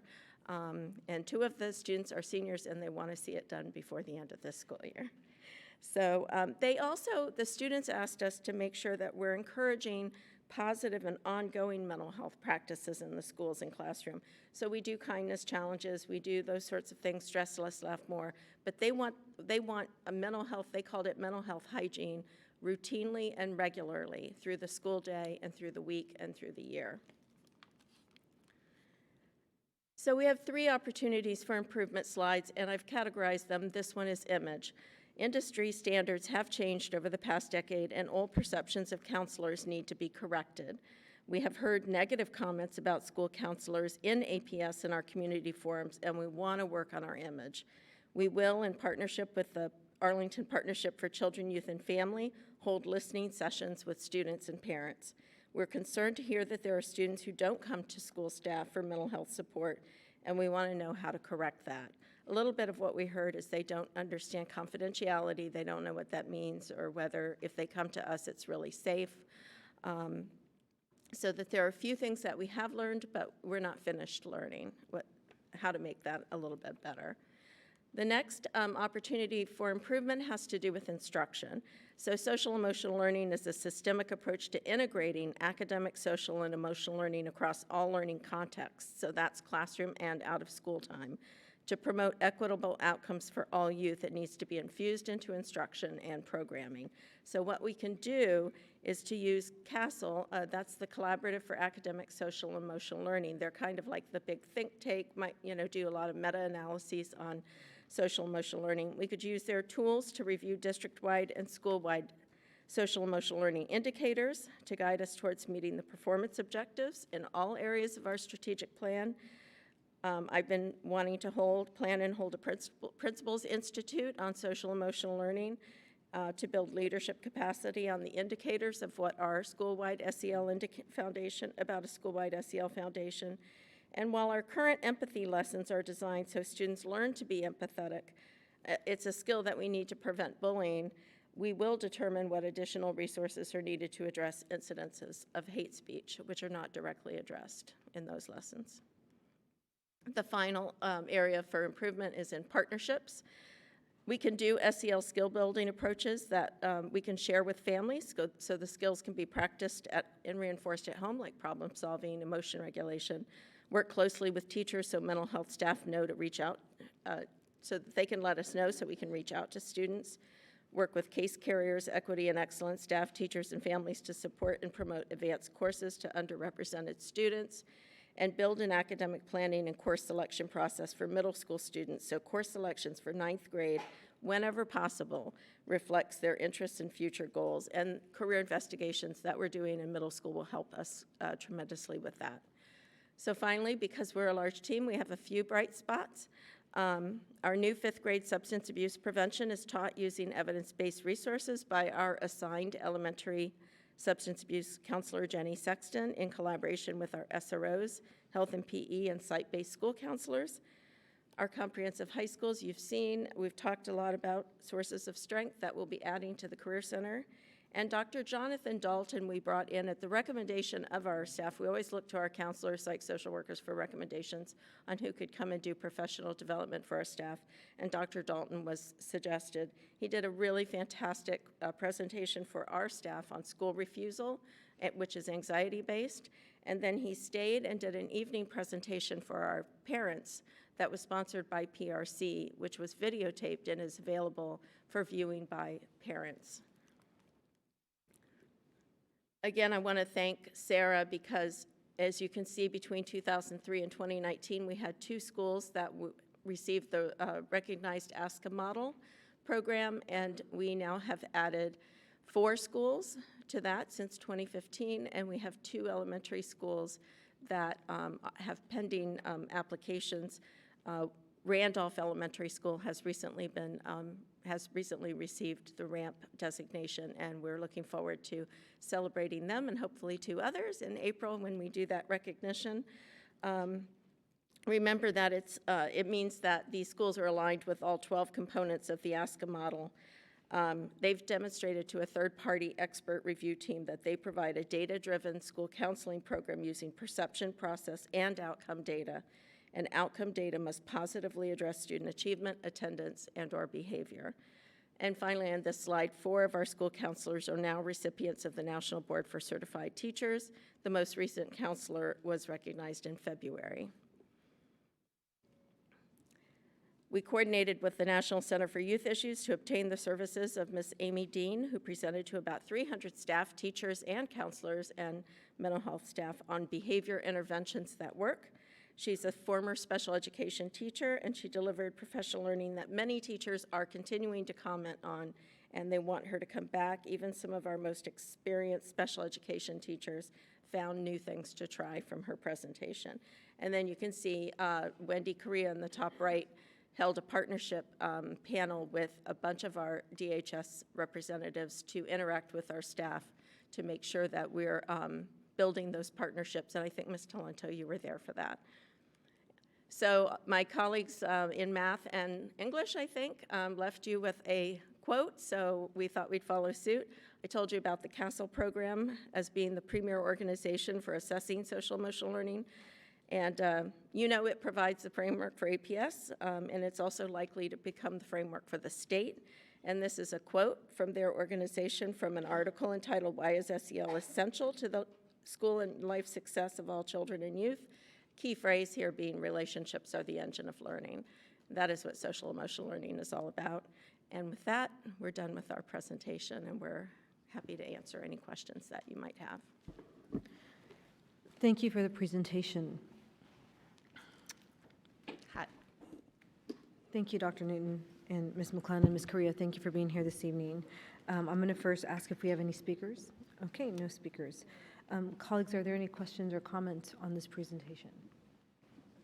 Dr. Kennedy. First, I just want to thank you all. I always enjoy your presentations. It's such important work, and I was reflecting as you were presenting, especially the slide that showed all the programs that you've developed, and you've done a lot of work in the last 5 years. You have a lot of new programs, and especially they're responsive to what we've recognized our students need. I think it's really terrific. I want to really thank you for that. So I really just had one question or something I want to confirm, and it's just about the data that you presented, and just want to understand how we're going to see this play out as regarding strategic plan reporting. I think what I understand you all said, I forget who was presenting the data at this point, we really only have this 2020 or what year it came out, the data set, Your Voice Matters, yes, Yeah, that it just came finished. out. We just got preliminary. It's the only, and that's our baseline. That is our baseline. We do have information from 2018 that has some indirect, like in 2018 we asked about bullying. One of the things we learned is that it's really difficult when we did focus groups with students that they could accurately identify what bullying is or isn't, which is why we purposefully created questions that did not include that word. But I can tell you that the data we got from 2018 was for about 3,059 students because it was a sample, and about 79% of them said that they had not been bullied over social media, and our preliminary data this year shows that out of 8,000 students, 86% have said they haven't. So we have some indirect correlations, but nothing that is, really able to be linked specifically. The 2019 community report talked about 38% of students having experienced physical bullying. We haven't looked at the data for the physical bullying yet. But that's the only link I can provide you. And that's fine. I just want to clarify that the baseline is really going to be this data that you just showed us. Yes. And how often are we going to do this survey and get these questions? I think we between now do and it every 2024? Ms. Stengel? Every 2 years. We will have So we'll every have- 2 years. And then we have our 2024 goal, which we'll create from this data. Okay, and we're going to see some goals or Yes, objectives. and really, the data has been collected. We just got it on yesterday, and so I was pretty, so anyway, it's there, and as a follow-up, we can certainly share that and disaggregate it. It's quite a bit of work to do, but it's ready. It's pretty much ready for you to see. Yeah, just looking forward to seeing that as it comes out. Okay. I don't think you need to do anything special, but just wanted to confirm how this is going to play out, and just simply point out, I felt as I looked through the various data sets that it's middle school that could use the most just attention as we think about, thank you. Ms. O'Grady, do you have any questions? None at this time. Okay. Mr. Goldstein? Thank you very much. That was a terrific presentation. Very, very meaty. You guys have done a lot. I mean, you departments, everybody, a tremendous amount of good stuff. I would love to go into detail on a lot of it to have a better understanding, but I'll try and confine my question here to one of my favorite subjects. And that is, I was very glad to see the emphasis on social and emotional learning and social and emotional, strength building, as that's a way to reduce student stress in, as you pointed out, lots of areas, suicide prevention and building empathy and bullying prevention and, the stress that comes from competition, sports, grades, social, that kind of thing. So my question is, though, because it's a more qualitative area than quantitative, how do you measure success and effectiveness in the delivery or the achievement of social and emotional learning programs? They don't quite lend themselves to quantitative metrics. How do you know that we're doing the right thing, it's working? Well, we're offering evidence-based programs. So the research shows that if you are offering these programs, that, overall, we have positive results. What we're hoping is just that, like you're seeing, we need to provide that trust where students are able to come to us and tell us what they're doing. So hopefully we are providing the information to them. And we're hoping with the surveys, they will trust us and give us the answers. I think that Mrs. McClellan did mention that Mrs. Correa, myself, and I went to talk to the students to find out more, because we're feeling that even though we're providing the information, the students are not connecting with the adults, right? And that's exactly what they said when we talked to them, and I think the survey shows that too. For whatever reason, even though they have the resources and they know who to talk to, right now we are at a point where they are not feeling confident to come to us and tell us how they're feeling. And mainly it's because they're afraid that we are going to tell on them, right? And so one of the questions that they asked us was, well, how do we know what's confidential or not confidential when we talk to you? And we have to say, well, if you mention that you're going to hurt yourself or you're going to hurt somebody else, we have to, get involved. We have to tell the adults. We have to tell your parents. Otherwise, we do not share what you're telling us. But you never know, I think that what we're seeing is that students are waiting until the last minute to share, what is happening in their lives. And then at that point, you have to tell because it's something serious. So we're hoping to get ahead of the curve where the prevention programs will get the kids to come to us prior, like a prevention step, like they come to us prior to hitting a crisis. But I think Pam wants to share more. Oh, thank you. I'll be there. So the second step program, which is our core SEL explicit instruction to students in K through 8, does have built-in pre and post tests.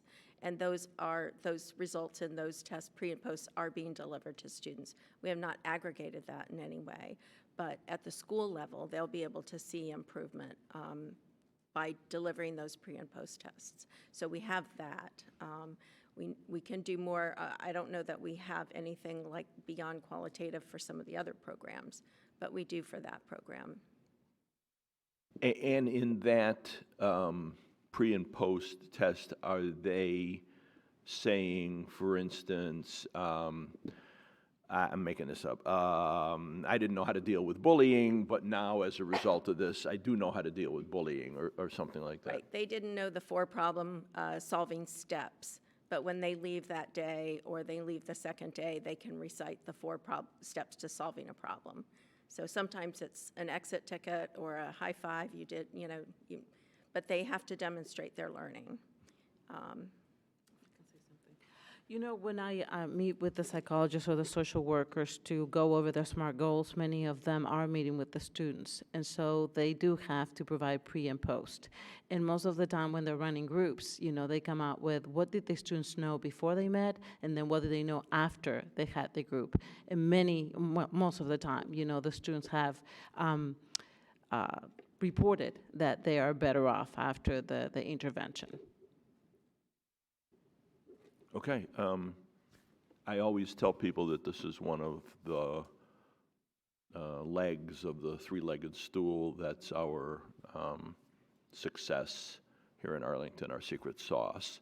The amount of investment we make in student supports, along with high quality staff and low class size, and I think that kind of sums up why we are as successful as we are. So this is great. I really enjoyed this. Thank you very much. No, and I always want to thank all of you for the additional social workers and psychologists and even the substance abuse counselors, because every one of them makes a difference. So really, thank you.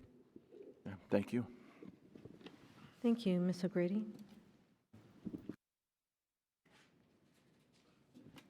Thank you very much. I was just going to ask in regards to the interim superintendent's proposed budget. This mental health has been a concern and a concentration from the school board, and it seems as though there are also the same weight given to this issue in the proposed budget. And so I wanted to know if you wanted to address some of the requested ads, which include additional substance abuse counselors and others. I'm sorry. So. We you know, like we saw in the previous survey that our kids are experimenting, you know, with substances. And so having additional substance abuse counselors certainly, you know, would help us, like, you know, Dr. Kenningham said, in the middle schools. We have, you know, the substance abuse counselors going to them, but I think that the more time you spend in the classroom doing prevention lessons, it's always positive. So we do understand that sometimes it's not possible, physically possible, to add additional staff members, and so we understand that. But we're always open for you know, to receive additional help if that is available. And then so good to have the students coming up. Yes, we're happy to see you, and you both spoke so eloquently about the way that the program has helped you at Wakefield, and it's a new program. Do you feel that you are more empowered to help other students, and that this program is very necessary for your peers at school? And do you feel even in the first year it's making a big difference? Oh, absolutely. I think that we talk a lot about these positive coping strategies, but we're also in this environment where we get to like constantly share our own experiences and what we're learning, and it becomes really easy when you're in an environment where like that's very accepted to just kind of feel like it's okay to be vulnerable and like talk about what's on your mind. And like a big goal of this is like breaking down the stigma of talking about it. And I think that like we're doing that with every meeting that we have, and then it becomes easier and easier to take that and like do the same thing out in school, like in our classroom, same thing. So. Good, Sarah, thank you. I agree. I believe that often I discuss about these topics with my friends, but you're not getting the same level of help that you like actually need, because I mean, discussing with peers is obviously important, but there are some issues in which you need your counselors and professionals that like this is their job. You know what I mean? It's to help and guide kids like you. So I feel like for a long time we were misinformed and uneducated and unaware about it. So it's like we were just talking to our friends about it. But now that we have programs like this, I feel like we have a fair chance and we can adequately combat this because we're equipped with the proper resources and tools to take preventive measures. And also like we hold a lot of power to also like educate our peers on it and what we're learning and educate them. And I feel like it just makes us more well-rounded individuals, and again, like we have a fair chance, so. Okay, that's awesome. Thank you so much for sharing your perspective and for leading at Wakefield. I appreciate that. And then just in general, one last comment I wanted to make regarding the presentation. I appreciated the breakdown of data regarding how many of our students are taking accelerated or specialized courses, and I appreciate the concentration on what can continue to be done to get rid of the disparity in terms of students who are taking those additional classes. As a Wakefield mom myself, I was fortunate enough to hear Principal Chris Wilmore talk about work he and his staff did to identify students who could be highly successful in AP econ classes, and sought out students to ensure that they knew that those classes were available to them and that they had the right stuff to be successful based on what they looked at for other students who had been successful in those classes previously. So I want to champion that work and also say that that is beneficial because we want to see all of our students benefiting from challenging and engaging work. So thank you for breaking out that information. And again, I want to thank the students for being here. And thank you for the work you're doing in your school. Thank you. I just have one question. A couple of years ago, the state provided guidance on education about eating disorders. I know that we haven't done a lot here in Arlington, or I'm assuming we haven't done a lot here in Arlington, because when I asked about it last time, we were really focusing on suicide prevention. And in the Your Voice Matters survey the last time, the questions for eating disorders, there was about 2 related to food, but they weren't really, if you're familiar with eating disorder, it's really a mental health disorder, and it's really focused around stress, anxiety, and the need to control something because you feel like you can't control anything in your life. And this is very similar to what our students are talking about, where they have that academic stress, and it comes from that. So I didn't see any of those questions in this year's survey. And I know that I think they call it a silent killer, and it's a lifelong disorder, and it does start very often in middle and high school years. That's actually, I think, middle for many students, but it definitely in high school. I know that there have been issues in the past here in Arlington where it was not uncommon to know of a teenager who was struggling with some type of eating disorder. And I was just curious, first of all, you had so much wonderful information about the support systems that you're offering our students. And the data in here was great, being able to see the thoroughness of your work. So I want to congratulate you for that. And thank you for your commitment and dedication. And I was just curious if we have been able to make headway on that, if we're just doing the basic education based on what the state code has asked us to do. I was just curious about that. To my knowledge, unfortunately not, but I have to agree with you that eating disorders, are more prevalent than we would like to acknowledge. And sometimes even overeating, right? It's not like not eating, it's overeating. You see a lot of obesity because people use food as a comfort, and that's what they go to. So we need to do more work in that area. Okay, thank you, I appreciate that. I was hopeful that there would be better, but I understand that I don't know how to make it a priority here in APS. It's something I think I've tried to speak about often. But what I would suggest, I won't be on the board when the Your Voice Matter comes out, but maybe what we can do to heighten the awareness, because I think people just are not aware. It's something that is very easily hidden for years.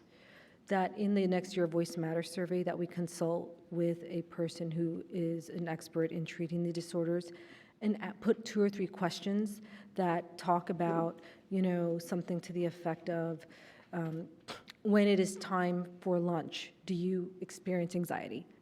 I mean, I don't know if that's the right question, but I think one of the questions was, do you worry about your weight?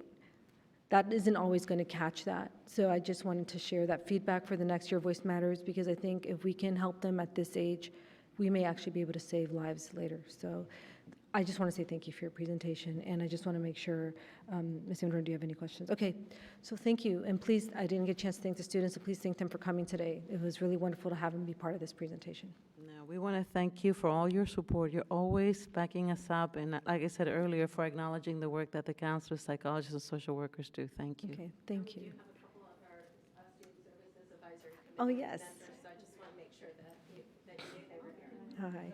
Yes, thank you. You have a wonderful advisory committee. Thank you. Thank you for being here this evening.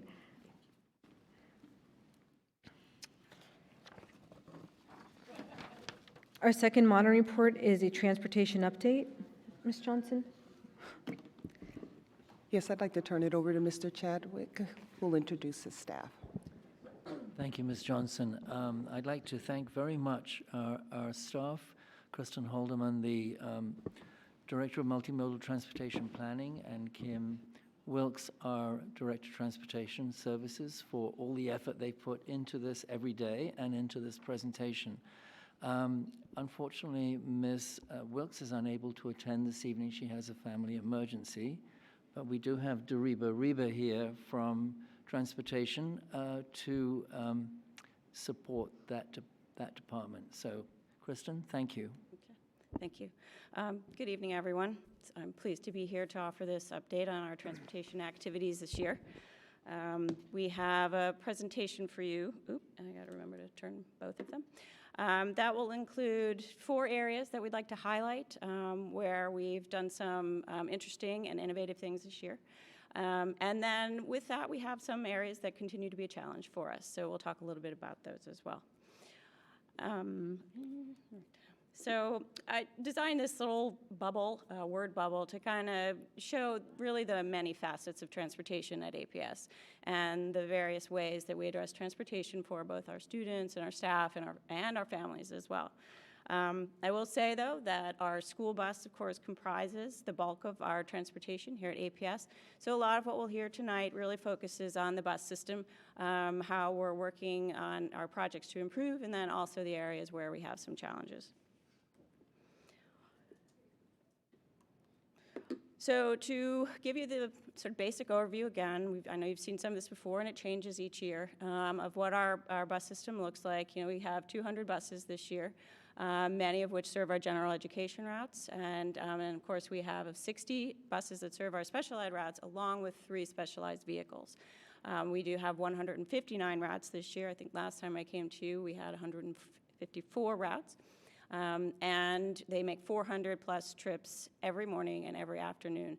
So just as a reminder, we deliver our service in a tiered manner, right? So we don't have one bus for every school trip. We try and use those buses up to 3 times every morning and every afternoon. We have, right now, employed 169 of our drivers. However, that number can be somewhat misleading. This is when we are at full capacity. On any given day, we can have anywhere from 20 to 25 drivers who are out. It could be sick leave, administrative leave, FMLA, but for this reason, we continue to try and recruit for and hire additional drivers.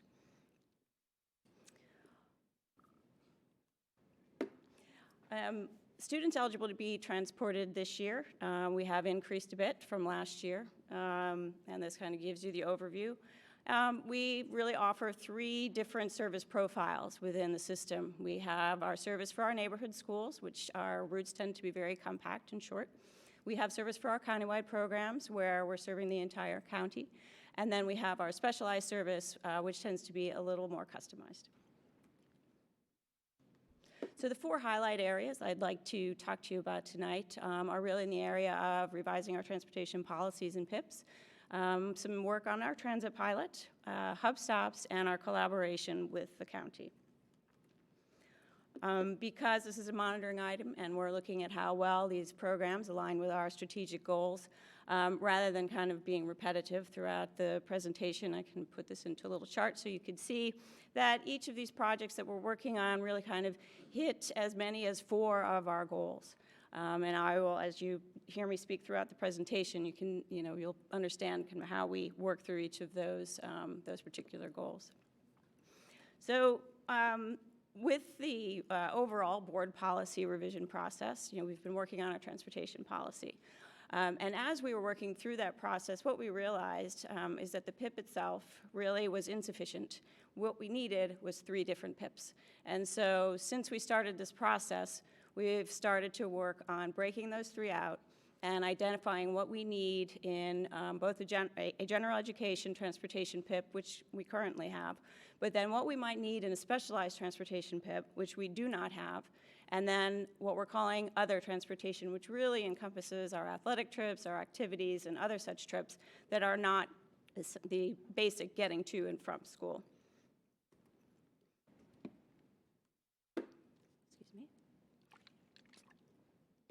The next project I'll talk about is our transit pilot. And so we began this pilot really with the assistance of the board and the funding that you provided last year for us to undertake this project. We have 3 programs that are enrolled in the pilot, as you can see up here. And the bulk of our enrollees right now are with HB Woodlawn. And I have to say it's not necessarily surprising, because when we cited HB Woodlawn in Roslyn, we put it in a very transit-rich environment. It is served by rail and multiple bus lines. Our New Directions program also sits on top of Metro Station. So though a small program, we do have 5% of our enrollees coming from the New Directions program. And then, of course, the Career Center, which we met with the Career Center students back before the pilot began, and it was those students who were really interested in kind of pushing this along. So I think it's very exciting to have them as part of this. We do use our WMATA partners to help with our funding, loading our funds, and so I have to give a shout out to our WMATA colleagues, because they have really been instrumental in ensuring that we can make this program work for our students. We had a couple glitches with fund loading, and they were really great at helping to kind of help us work through that. In terms of usage, it varies. So we do have, as I show up here, about 29% of our enrollees who are using the entire allotment that we give them every month, which is great. They're using it to get to and from school. They're using it to get to and from the Career Center. They're using to get back and forth from activities. And then the remainder, about 33% are using, half, to less 0 to half of their funds. And then we do have a chunk of students who are not quite using them at all. So I have not quite figured out why that is happening, but the goal is to talk to them this spring, either in person or online at this point, to understand, what maybe some of the barriers are, or if they just saw it was a good idea when we began the pilot, and they thought, well, maybe I will use it, but in the end, the bus service worked for them, and so they didn't end up using the transit service. So that may be something that I tease out of these focus groups. I have asked the students to help me with the evaluation process, and so what they've been doing is they do a little travel log for me. For each of the trips that they take, they just fill in a little Google Doc, and they give answers to some very simple questions. So this is how I know how they are using transit between school and Career Center. I know from them, which is good news, that the buses are coming on time, which is always a good thing to hear. And then even more importantly, the students are getting to school on time. So for many of them, this really is a viable alternative to either the school bus or their parents driving or any other method that they might have to use to get to and from school. Again, we'll work with them a little bit more to tease out some information from them for the students who are participating in the program, but also from students who are not participating in the program, because I'd also like to understand maybe what some of their barriers are as well. Hub stops. This was something that we implemented this year to really work on the efficiency of our countywide programs, or the transportation to our countywide programs. So both the Montessori program and HB Woodlawn had hub stops implemented for them this year. So, and again, just to refresh your memory, it's sort of a hybrid stop model. We don't have too many stops, but we also don't have too few. We have 37 right now that are dispersed throughout the county. We started with a baseline of stops near our elementary schools and then kind of broadened it to fill in some of the gaps. We do use housing density to guide our locations as opposed to student density, because if we sort of think about how our countywide students are dispersed, you might find areas where we really do not have a lot of students, and so rather than doing student density, we look at housing density, because that way we know that there will always be a stop there, and it won't matter on how many students are actually living nearby. So in terms of performance, we have seen good results. We've reduced our travel time, and this is good both for students and for the bus system as a whole, because once we reduce the travel time, we can get the buses back in order to do another trip. We also are seeing our buses arrive on time. And last year in the fall, it was a very different story, in particular for our Montessori program. Our buses were not arriving on time. There was a lot of distress. This year, the buses are getting there, and I sort of measure it by how often I hear from the school, and I really haven't heard from the school at all. So I take that as a very good sign. Overall, in these two programs, we're requiring few buses for each school. Last year for the Montessori program, we had 9 buses. This year we have 8. And for HB Woodlawn, we had 12 last year, and this year we have 11. And in HB Woodlawn's case, given the constraints of that particular site, this was particularly important that we could try and cut down on the number of buses that we had to get in behind the school on 18th Street. The buses are full with HB, as you can see. We're looking down at the bottom. If we look at the percentage of ridership last year versus this year, we've got about 75% of the students who are riding, which I think is a 10% increase, which is really great. In terms of Montessori, we have generally the same ridership, 57 versus 54. The one thing to note about that program is, of course, that the school changed a little bit in that it was, instead of being a hybrid Montessori and neighborhood school, it is now simply the Montessori program, so that also could account for some of the ridership difference. And then the last good news story I would like to share is really on the collaboration with our county partners. We continue to do our committees that you see on the bottom. We have our staff-to-staff committee, which is the Joint Committee on Transportation Choices, and then our advisory committee meets and discusses transportation issues related to schools on a bi-monthly basis. And then, of course, Arlington Transportation Partners, which really helps on the staff side with staff transportation demand management. But some of the new things that occurred last year are the top three. And the first one was our New Schools Working Group. And this, again, was a staff-to-staff group that met. We started meeting in March of last year before the schools opened in September. And we rolled up our sleeves, meeting every 2 weeks to handle some of the really problematic issues that arose around transportation at our new schools. I mentioned the bus queuing in the back of HB, really getting down to sort of brass tacks to figure out how we got in those 11 buses on one side and our special education buses on the other side. Dorothy Ham, the signal issues. We were hand in hand with the county on that particular issue to ensure that on day one, though the permanent light wasn't up and in, we had a temporary solution in place, and we were working with the community to ensure that there was safe passage to the school while the light was in flux. And then the final thing I'll mention is the Vision Zero policy, which the county adopted as an approach to transportation safety in July of 2019. We at APS are a stakeholder in the Vision Zero working group that is developing an action plan to move this county towards a goal of 0 deaths within our right-of-way and 0 serious injuries. So it's been a very collaborative process. We at APS, of course, represent 28,000 students and families, along with our staff. So we are a huge stakeholder and a huge beneficiary of any of the Vision Zero actions that come out and improve the safety of our transportation system. So we do have areas for improvement.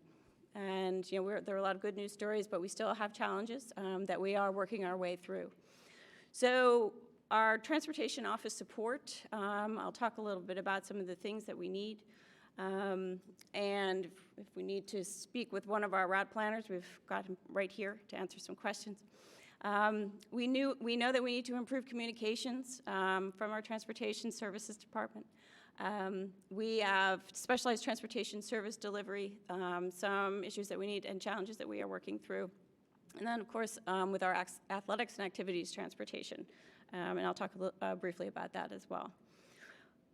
Challenge-wise, we've talked a bit about this before. We continue to see challenges in these particular areas. I've sort of bolded some of the ones that really tend to give us the most pause. With growing enrollment right at the top of the list, because I think it directly feeds into many of the service delivery challenges that we face. You all have seen this slide, of course. This is the trajectory of our growth over these past few years. And what I'm going to tell you is that our ridership, our bus ridership has actually outpaced our enrollment growth. So this is some of the data that we started to look at. And so from the 2013 to 2019 timeframe, that chart that I just showed a 20% enrollment growth. Our bus ridership for general education grew at about 31%. So faster than enrollment growth. And then on our specialized transportation services over that same time period, growing at about at pace with enrollment growth. But what that means with more riders is more complexity. Our system it's in constant motion every day. There's something new that happens in the transportation system. It could be construction on the streets. It could be drivers that are out. It could be someone requesting a new stop location. We have 2 staff that start out routing more than 16,000 eligible students. And Ms. Wilkes put this information here, and I'm just going to read to you. They route students, these eligible students, 2 trips daily. They manage the tablets on the buses, shuttles to and from the Career Center, routes for late buses. They plan for new schools, move stops, plan for boundary changes, any grandfathering, adjust times on buses and bus routes. They correct overcrowding and deal with other anomalies. They investigate and respond to appeals, administrative requests, and provide quality control. That is a tall order. For these staff, being out is not really an option. And that's for general ed. And for our specialized service, we have one router who is handling 900, almost 1,000 eligible students. Ultimately, right now we have about 700 of those riding, because we don't necessarily know at the start of school whether a student will ride or not. We first have to start out planning for them. So no change has occurred in the office really since 2017, and at that point it was really just to add one router. So up until that point, we only had one, and so now we have two. So this, I would say this is one of our greatest challenges.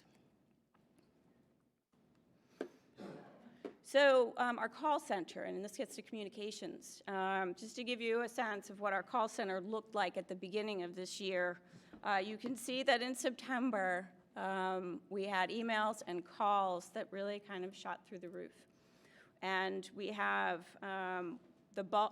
one permanent staff person who runs the call center, and then some part-time staff, the number of which varies depending upon the time of year, to manage the calls and the emails that come into the transportation department. As you can see in October, obviously, once school has started and we've gotten into the rhythm and things have settled down, the numbers start to come down, but you can see that they're still pretty high. And this is about average for the rest of the year. And a lot of this, again, is really about the number of things that I've mentioned as to what our route planners are doing and the types of things that they're addressing, and a lot of this is coming in through the call center. Obviously, the call volumes are highest at the start of school, but they also start to creep back up again when we near summer school.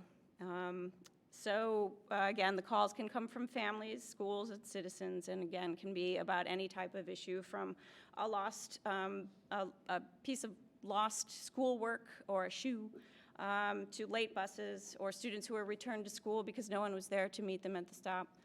So there are a lot of things at our call center that are dealing with really that change from day to day.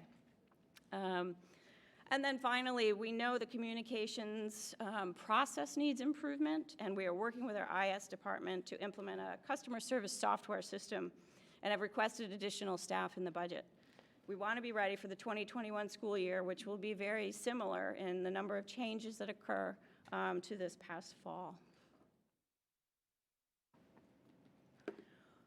Specialized transportation service.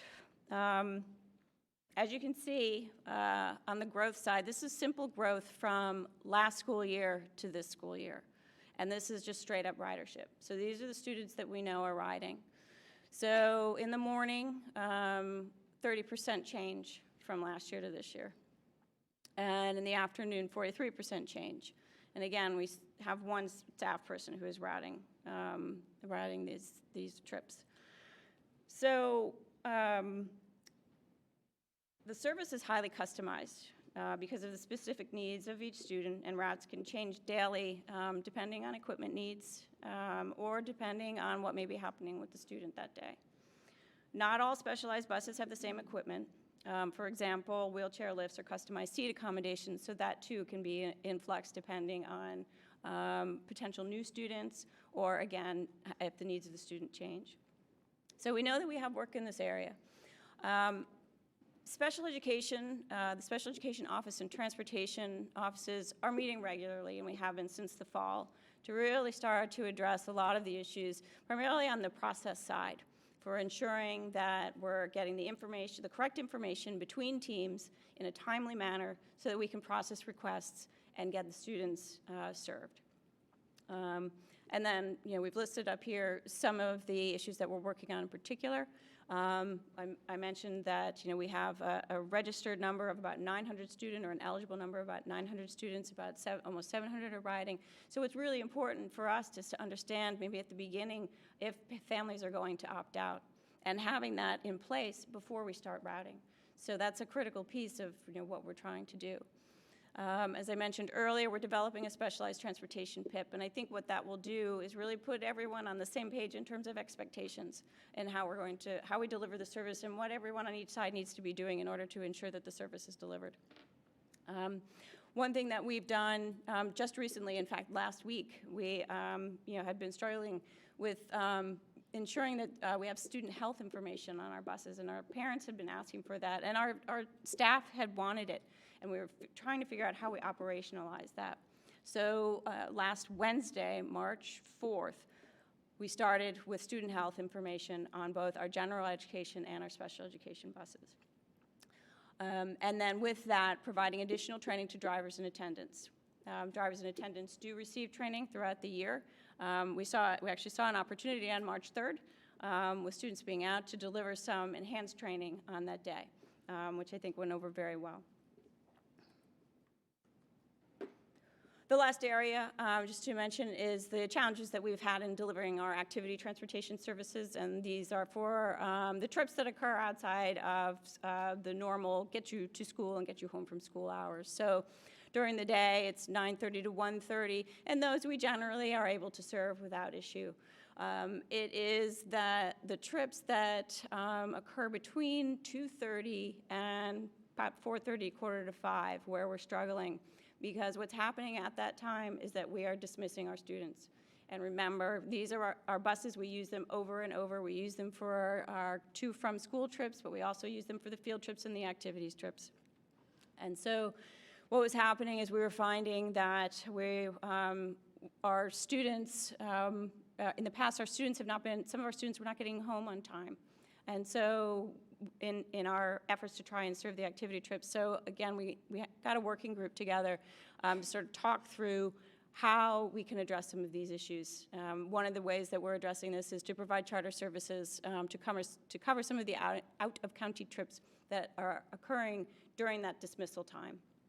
And so we continue to monitor that to ensure that we can continue to provide those services, to our teams and our clubs and our band and musical groups, while at the same time ensuring that our students get home on time.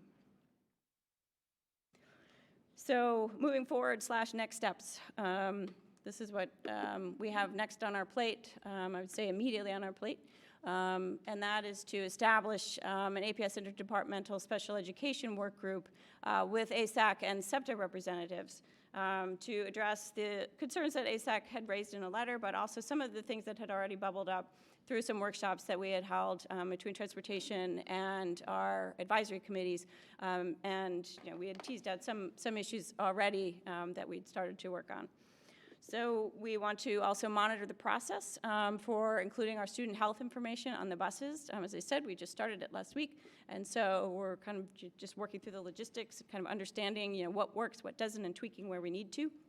And that's really just about ensuring that we have the right folders on the right buses at the right time. And then, of course, continuing to train drivers on student health and behavior issues. On the activity transportation side, the next step is to complete the first draft of our standalone PIP. And have the working group review it and address some of the questions that are outstanding within it. And then lastly, next steps, we didn't really talk a lot about this. It was on the challenges page. I find this to be somewhat uniquely Arlington challenge in that we have run out of room to park our buses. We're just so small. But to address this, we have included a project in the CIP, and we continue to work with county staff on a complete redesign of the shared trade center property. And that is all I have for you this evening in terms of presentation. I'm happy to take any questions that you might have. Thank you for the presentation, Ms. Haldeman. Ms. Elliott, do we have any speakers?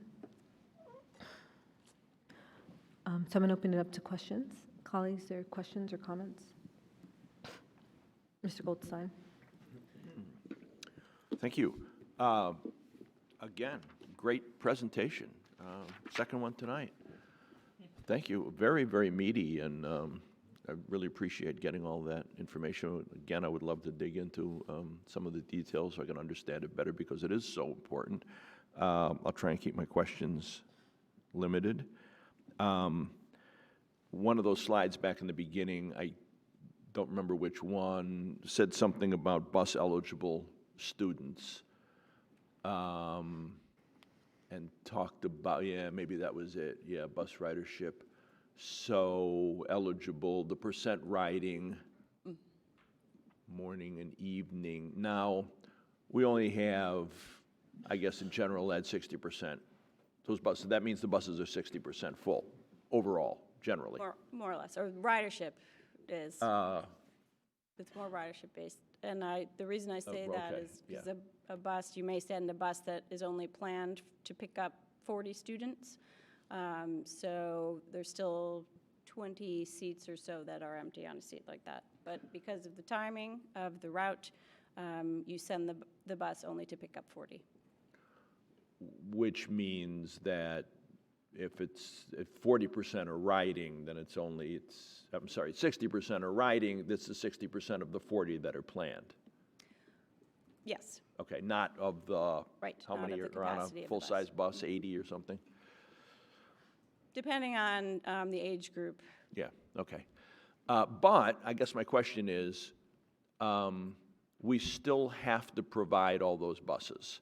We can't shrink the fleet by 40% because only 60% are riding. Correct. Right? And that's a state mandate, state law? No? It is not. Yeah, so, I see. We are technically, the only service that we are required to provide is our special education transportation service. However, we feel that providing bus transportation to our students is, of course, important to ensure that they can get to school. Any student can get to school. So we do plan for the entire eligible student population, but again, not all of them will ride, and that we don't necessarily know on any given day. Do we ever get, on any given day, do we ever get, anywhere near 100% of ridership? I'm looking back at Mr. Reba. No. No.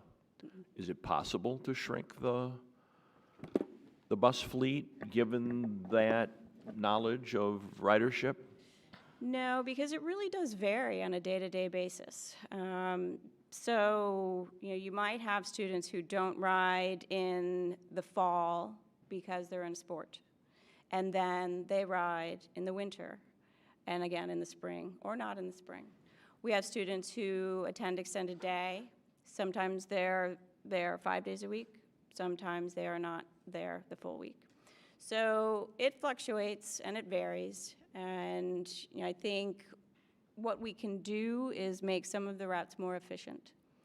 And I think when we were talking in February about the changes to some of the school locations, the program locations, we talked a little bit about some of the buses that we sent out that were planned not to be very full. And so one of the ways that we can change that is to combine some routes and combine some stops so that we have more students coming to the bus. And so let's say we have 10 stops instead of 15 stops, and you can eliminate a bus or a trip, which is what we did with the Montessori program and the HB Woodlawn program. I see. I'm going to go to the okay, next thanks. person, Reed, and then I'll come back to you. Nancy, do you have any questions? I should probably go last because I just want to thank Kristen Haldeman for all of this work and Ms. Wilkes, because as the liaison to the Committee for Transportation Choices, I watched their work very closely. And we really have to value what Kristen and Dreba bring to this, because they are squeezing every inch out of these buses and out of these routes. And we can do more, but we're going to have the backbone to understand that if we want greater efficiency out of our buses, people are going to have to take their kids further to get onto the bus, or walk more to school, or bike more to school. So I just really want to say thank you, because your expertise is phenomenal. Our collaboration with the county has soared in all the different areas, and that the whole mechanism we set up for JCTC and ACTC, I think, is working, and it's actually a value to staff, not a drain on staff, because our community is becoming educated on what has to happen. And we have a very small community. We have I think it's low ridership, and I do think it's an area that we should you all should work on over time, because I think our resources might be better spent. But I think we have excellent, excellent guidance who we can't burn out. So I really think we have to listen to these budget requests that are coming to us. When the fall comes and that call center can't handle the calls, or we're rerouting every elementary school next year, you see the team. And it's a lot to ask. So I think we need to, like with human resources and transportation, they're the backroom operations that we have to develop and grow up to meet the needs of a large school system. So I just can't say enough about how great these folks are and how much they're doing with the resources we've given them. Ms. O'Grady? Thank you, Ms. Halderman. I just wanted to go a little bit more deeply into the pilot, because I do think the pilot is a new way that we are showing our collaboration with the county, and also giving our students the opportunity to learn a life skill that they can take on and continue on through college or through work. And I wanted to know, do you have continued visions for how we might move forward with the pilot? I do. Ultimately, I would like to roll this out to all of our high schools, and then possibly to our middle schools. So, but with that will come additional training, and we'll have some additional administrative work in order to enroll students and assign funds and that kind of thing. But you're right, it is a life skill. It teaches independence. When I created the alignment with strategic goals chart, and your student health and well-being, I think gets checked, because this transit pilot really is about getting them to think a little more broadly and a little bit more independently, and to learn how to navigate their world. You know, you can jump on a metro rail train, and if you needed to, you could make your way all the way up to BWI Airport and head off to your next adventure. So I do see it as a great tool for our student learning. I'd love to see it in curriculum, geography, civics. You know, just I have transit in my blood, I tell people, and so I really do want our students to have the benefit of you know, transit knowledge, and be able to, you know, take it either in a pinch or every day. You know, my own child is at Wakefield, and you know, she has the in a pinch how you get home by the ART 75. You know, transferring to the 23B, right? So I want all students to have that knowledge, because I think not only does it benefit them, but it benefits their families as well, because if someone's parent can't come and get them because they've stayed for an after-school activity, and maybe the late bus is already gone, they have a way to get home. Thank you for that. And I also want to acknowledge that the more students we get off of our yellow buses who can take other transit, that can help us as we're growing our system for the students who are younger and need that transportation. So I hope we can continue to look at that. And then the next thing, I just wanted to acknowledge and thank you for looking at the concerns brought by ASAC and SEPTA. I do want to share that sometimes people in those communities may have trouble getting babysitters, and as I know some of our other students or families do, but looking at ways for people to be involved and balancing their special child care needs would be helpful. So if you can be creative in the way that people can participate in the meetings, it might be helpful. Thanks. Sure. Mr. Goldstein.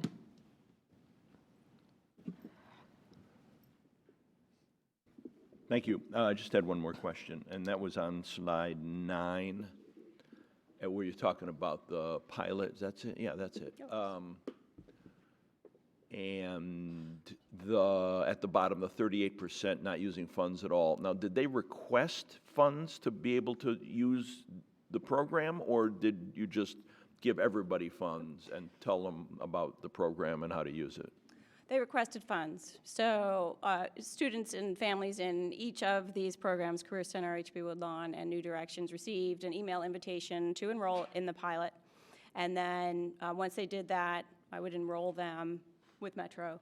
Now, the good thing about these funds and the way we've established it is if the student isn't using the funds, then they roll back to us at the end of every month.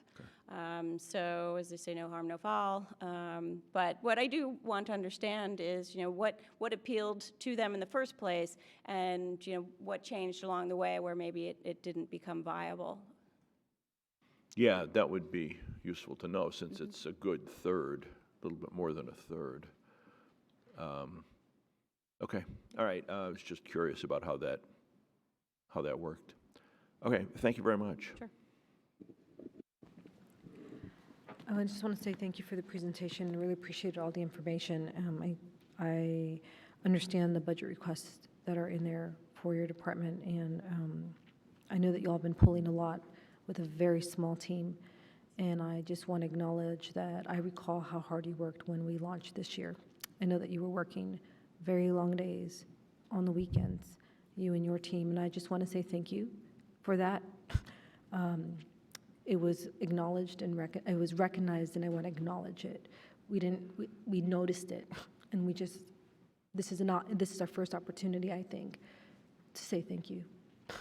Thank you. So and thank we'll bring you. that back to Kim Wilkes, who really is the one who No, had the longest please days. do that. Please do that, because I remember the emails, I remember the stressed parents about, and I know that, I don't think people realize how small our team is, who was managing that, and I just recognize that you were doing the best that you could do, and you were working very long days and very long hours and trying to meet the needs of every community member that came your way, so I just wanted to say thank you for that. I also want to ask you a quick question about this slide, because I just don't, is the projected expenditure by June 2020, the $20,000, is that or maybe this is for Ms. Peterson, is that a sitting line item in your budget? Where is that from? Can you? So in last year's budget, the school board provided funds for the transit program. Okay. And I believe they were one-time funds at the time. So out of that, this is a drawdown of about $20,000 towards, to the end of the year as I'm projecting it. So the full amount was $100,000. Okay. So, which gave us a lot of latitude. I see. Okay, I'm sorry. I understand now. That's very helpful. Okay, thank you. It was just a clarifying question. Sure. So I don't have any other questions. Colleagues, any final comments or questions? So thank you both for being here. Please give our regards to Ms. Wilkes and have a wonderful night. Thank you. Thank you.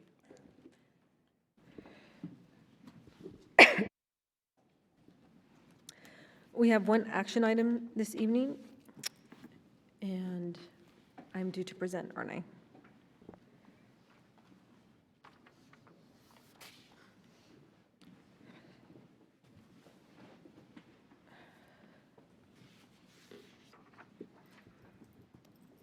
So this evening, we are presenting for action the proposed revisions to School Board Policy B-3.6.30, School Board Advisory Committees.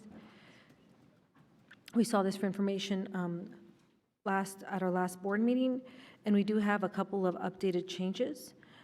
We did add the Aquatics Committee to the list of joint school county committees, and we updated the description of the Aquatics Committee to state that it is jointly appointed, and we clarified that the joint advisory committees may advocate in the broader community outside of Arlington Public Schools, and that applies just to the jointly appointed advisory committees. And those are the changes that you will see from the last time that this was presented. Ms. Elliott, do we have any speakers? Okay. Colleagues, are there any clarifying questions before we put a motion forward? Okay, great. So may I have a motion? I move that the board adopt the proposed revisions to School Board Policy B-3.6.30, School Board Advisory Committees. Is there a second? Second. All in favor, please say aye. Aye. Any opposed? Motion passes 5-0. Can I make a comment? I was Yes. going to make a comment before we voted, but. Oh, I'm it's okay. sorry, Ms. Van That's Dorn, okay, I just forgot let me to make do a that. quick comment. I just want to thank you as the chair of the Policy Committee and Dr. Cannon, the three of us in the past year and a half, I guess it's a year and a half. we got through all of the school board policies. Those are all the 10 policies, which are the ones, they're the foundational policies that govern the school system. And there, we couldn't delegate it. We had to sit in endless meetings and do it. And that was on top of everything else that we're doing in the rest of the policy areas and in the rest of the board work. And I didn't want to leave that unsaid because we really hadn't done those policies, and some of them in almost 20 years. So I just wanted to stop for a minute because it was a lot of work and it was really hard to do, and we got it done. So thank you, both of you. Thank you, Ms. Endor, and to you as well, because you're part of that committee. And thank you for Monique and Reed for supporting us in that work and always following up. Okay, so we're now on our final agenda item tonight, and it's an item for information on the Education Center reuse final design and construction contract. Ms. Johnson, would you present staff, please? I'd like to introduce Jeffrey Chambers for the presentation.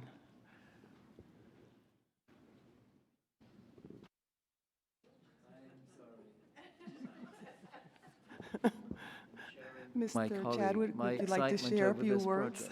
Yes. So Mr. Chambers is going to present the final design and construction contract award for the Education Center, which is one of the milestones that we are very excited to see. Thank you, Jeff. Thank you, John. Thank you. Good evening. I just wanted to remind everyone of the project parameters that we're working with the project, and the project was included in the 2019-28 Capital Improvement Plan. It was to renovate the Educational Center to both increase the capacity of Washington Liberty initially, and then later to be able to be adapted for future instructional and grade level changes, to support the APS strategic plan goals, specifically the health, safety, and support of students, and to address the capacity providing 500 to 600 seats, and to open the school by the start of 2021. We are on target for that. And to spend the maximum project cost of $37 million, using every effort to spend less.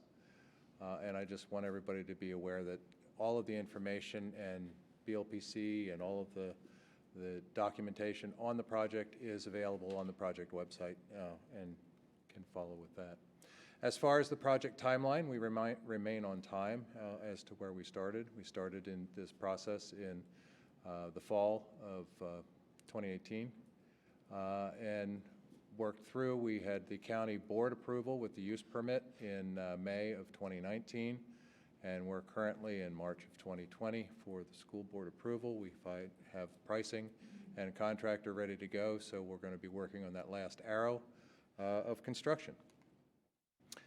Some project updates. The interior demolition is complete in the building. If anybody remembers the top floor, that is what it looks like now. It does not look like there were offices there.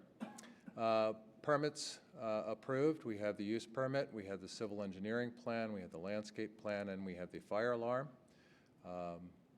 We are still working on the final approval of the building and fire sprinkler.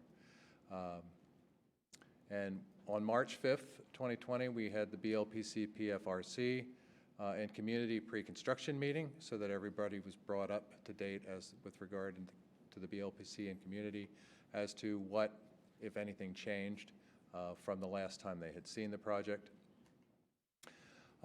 Just as a reminder, the existing campus, there's the old APS Education Center, which is the quarter-round building in the upper right-hand corner or in the middle of that slide. The parking deck over I-66 is above that, and to the left is the Washington Liberty High School. And don't forget, the planetarium remains in the location that it's always been. And as you notice, for the final site design, we didn't move any of those structures. They're all still there. But we are adding some things. There are the existing parking spaces in the garage remain. The existing bus drop-off on General's Way and bicycle parking, front lot, door lot spaces that existed at that school all remain in place. We are adding some things, so if you look to the right and you see the, at the top, we have some new dispersed pickup drop-off spaces. We have some new bicycle parking in the garage. There's 30 bike spaces going to be there, and they will actually be covered because they will be in the garage. And then we have the Ed Center lot. There'll be 88 spaces there, new bus drop pickoff, a new bus drop-off area that may be needed or should be needed for picking up for students in the back of the building. And then there's another nice bicycle parking which is open adjacent to the door, and new rectangular rapid flashing beacon for crossing Quincy Street, so to make it safer. As well as down on Washington Boulevard is a new dispersed pickup and drop-off area that will be available for parents picking up and dropping off before and after school.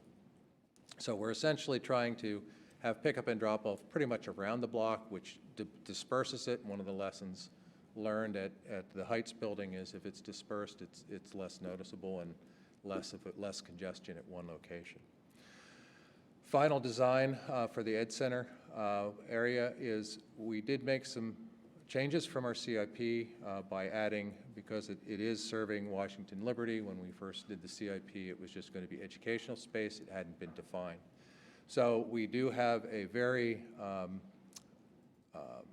accessible connection now between the two buildings so that students can change between classes and be able to go directly into the old Ed Center, which will be directly out of through the music wing, that door, if anybody is familiar with that. We, again, still have the parking lot in the back. We have direct connection to the garage. And we have terrace improvements, which were part of the original work. We did add some plaza improvements because if anybody recalls at the old Ed Center, there was a big puddle that hadn't been picked up when we did the CIP. Wasn't as noticeable as it has been lately. And we have the additional bicycle parking and rapid flashing beacons. The exterior of the building, I think, is going to be more like it was intended to look when the project was completed. I think you can see we're respecting the architecture that was there, which was a request by the community. Some wanted it to become a historic building, but we have committed to making it look of what it should be, but without that restriction of being a historic building, which did allow us to make major changes to the building. I think it's a fabulous example of adaptive reuse, turning an office building into an educational facility. The blue spaces are the classrooms and collaborative spaces. The darker blue are classroom, light blue is collaboration spaces. There are common spaces, which is the pink, I guess you could say. Instructional support is green. Administration space is yellow or orange, and the building support is gray. So the building we've used every square inch of it. I think we've been as efficient as we can with reusing the spaces and moving things around. We did have the board approve the ed specs, educational specifications in January of 2019. The final design is consistent with that. However, we did make one change. The blue area on the upper right was actually a breakfast kiosk, essentially to serve breakfast at that location. But we converted it into a small group instruction. We did that as the design was finalized. Food services felt that they wanted to keep the food service more centralized rather than a distributed model. However, we can have throughout the building, they currently have mobile carts, or they do some distribution, but it's not a full kitchen, it's just a cart that they utilize. We can do the same thing over there, but we felt it was a better way. And actually this summer there are going to be improvements made to the existing serving line to better take care of the existing students as well as the additional students that are coming. And at the same time, it gives us another small group instruction space. It's not capacity generating, but it will be much utilized either by students and/or staff as it's needed for the work. And as I noted, that there's a separate project this summer on the existing kitchen. This is what you would see when you come in the front door from Washington Liberty through the double doors and into the building. For students, the doors will unlock between their periods so that they will be able to move freely, just like they're moving down the hallway in the existing building. And then they will be locked, and then any visitors have to enter through the office administration area, just like you do any other school that we've done the improvements to. These are just some images that you can see of Commons looking towards the planetarium, which will be a place for meetings and during the evening for the community, as well as for student gatherings and whatnot during the day, how the principal sees fit to utilize that space. There are also common spaces that will allow student for informal learning and active learning, mostly with direct views from the classrooms. So they are supervised outside of the classroom, which you can see in the lower right-hand corner. You can see through the doorway and that commons area. So everybody is visible all of the time. There were some cost drivers comparing the CIP to the final design. When we did the CIP, we thought we were being efficient in what we were doing and looking at a lot of things, but there were some changes as the project developed. One of the things that was and also with the interior demolition and the final design documents, there was some added scope to the project that we've determined is there. With more extensive site redevelopment to strengthen the connection to Washington Liberty, like the ramp that I had spoken about, that wasn't initially thought about in the CIP because we didn't know if it was going to be connected or going to be a separate building, and we felt that the site was pretty much accessible at the time. More extensive interior renovations than we thought. We were hoping to reuse the elevator. We were hoping to reuse both of the stairs. We only reused one of the stairs because of the width that we needed and the egress that we needed, plus students changing classes between periods. The stairs were narrow, so we needed the space. So we felt that that was very important to do. And also there were some necessary HVAC, fire alarm, and IT infrastructure modifications that we had not counted on. And hazardous materials abatement was way beyond what we had expected when we did do the demolition.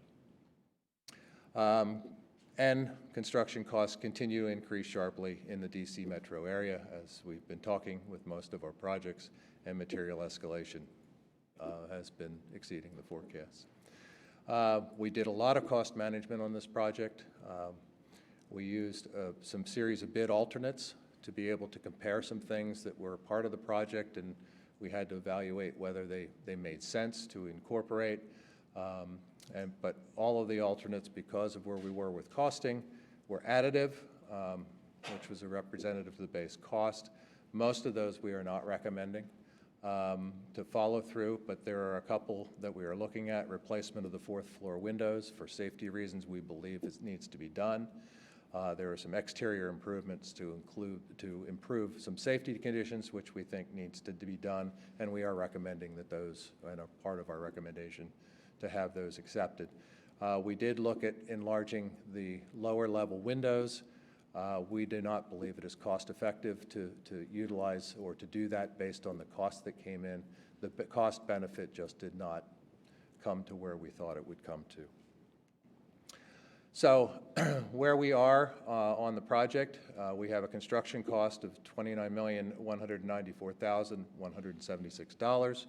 We have the owner soft costs and contingency at $9,305,824 for a total of $38,500. And as you note, that is over the $37 million we were targeting for, but we just did not feel that we could do major cost cutting to this project and still build the project that we need to do to serve the students because of the things that we have added to the project. So the CIP, we were looking at $37 million. When we got to the end of schematic design, we thought we were still there, but with all of the modifications and changes, we are currently at $38 million $500,000. So we are looking to add $1.3 million from the capital reserves for this project to make the numbers fit the budget. So our next steps are in March 26th, 2020. We're looking for board action on this, as tonight is just information. Construction will be April 2020 through September of 2021. We believe we have a time involved so that we can get the punch list items done, get the furniture installed in the building, and not have that tight window that we had in the schools that we opened this fall. We will also have monthly construction updates posted on that website, and school is going to be opening in September of 2021. Our recommendations are to approve Exhibits A through D, including the following aspects of the project: to reaffirm the basic project criteria to create the 500 to 600 new high school seats to be completed in time for the start of school in September 2021, that the site plan and development conditions of the approved use permit, the school board authorizes the chair to sign related legal documents such as easements, vacations, dedications, as may be required to comply with the conditions of the use permit, provided that these instruments are reviewed by APS legal counsel before they would be signed. Essentially, this is just so that when there's paperwork that comes up or issues that come up, that it's just a legal document to vacate or whatever. It proceeds, it helps the process move a little bit faster. Final design for the project as generally described in Exhibits A and B. Revisions to the educational specifications is generally described in Exhibit C, and total project budget and funding available as described in Exhibit D, and construction contract award to MCN Build in the amount of $29,194,176 by increasing the existing purchase order to include the added contract value, and to transfer $1.3 million from the capital reserve to the project funding. Oh. Thank you for the presentation. Ms. Elliott, do we have speakers? Okay. Colleagues, are there questions or comments? Ms. Van Dorn. Thank you very much. I'm very excited about this. I'm the liaison to this project and have really enjoyed this project. I love reuse projects.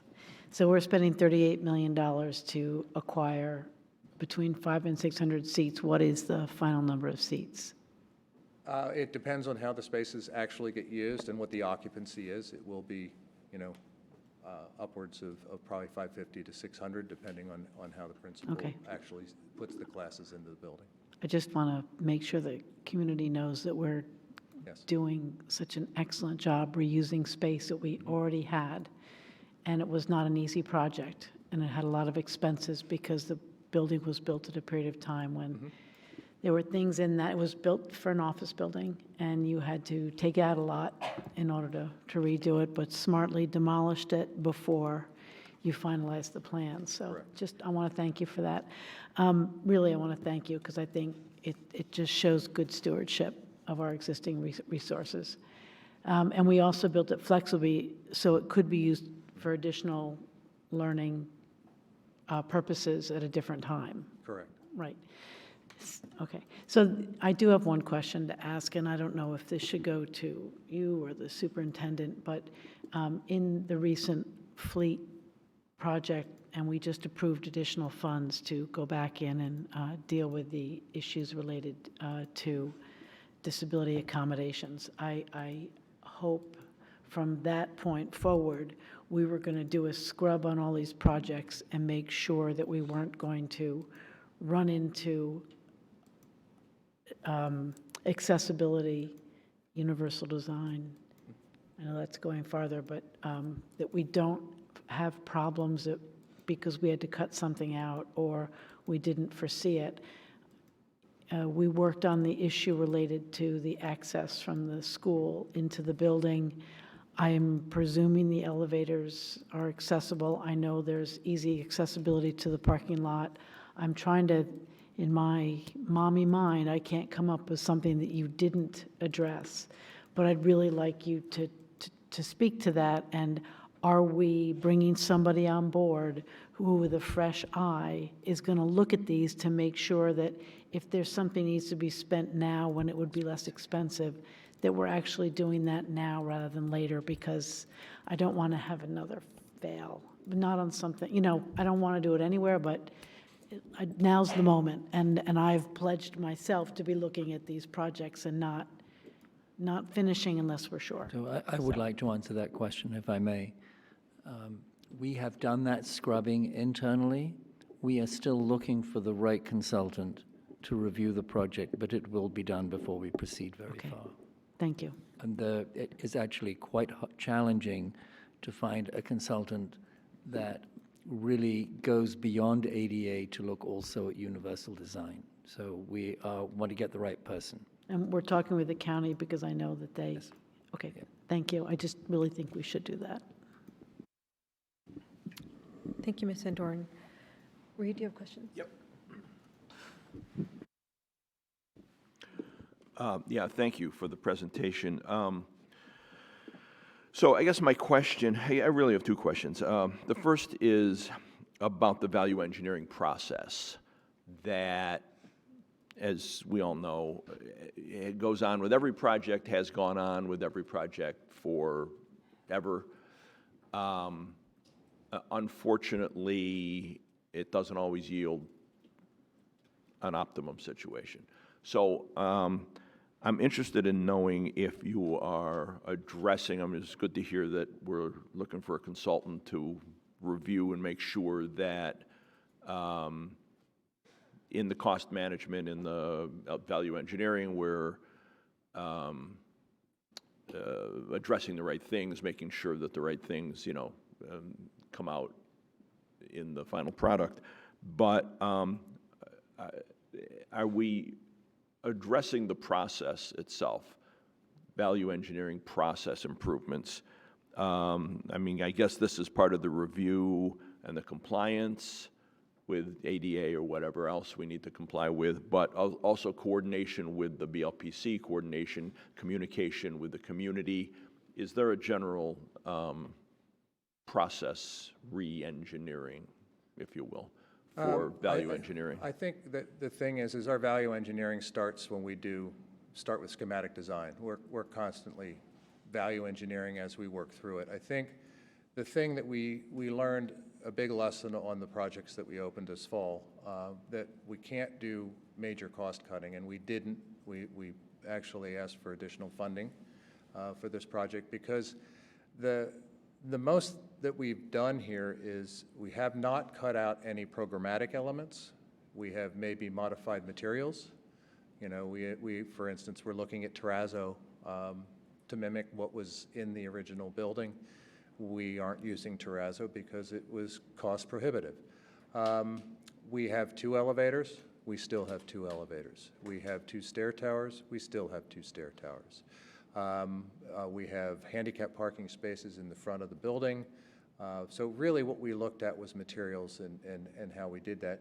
And we could have very easily said the windows on the 4th floor are really not that bad and they're not, you know, that old because they were actually redone at one point in time, but they were done for an office building. And they do not have the stops and the safeties on them that we would have to put onto them. And it's much better to replace the windows at this point in time. So we looked at the value and the engineering as we went through the entire process. We had things that added to the project or that we thought were nice to have but not necessary, which we made as add alternates. And when the pricing came in as tight as it did, but the only add alternates that we added were the ones that we felt added value and something that was necessary to the project. So we did look at it completely differently than we had. We have learned a lot with regard to some of the value engineering that we had done previously, and we don't want to cheapen the project. We want to make it, we want to pay the price we have to pay to get the best product for the students without, you know, cutting it to the bone. Does that help? Somewhat. I hear you saying that part of the value engineering process will be just asking for more money, but I'm And that may be necessary in some cases. No, but- we actually were a lot higher than we currently are. We actually cut it back down, but we felt if we cut any further into the project, we were going to have some of the issues that we might have had on previous projects, that we did not want to reduce the scope of the project that was necessary. And what about collaboration or communication with PLPC or other, parts of the community as the project changes from what was envisioned in the early stages to? As far as the changes in materials, the only real thing that we changed was that kitchen, and we did share that with the BLPC at the meeting last week.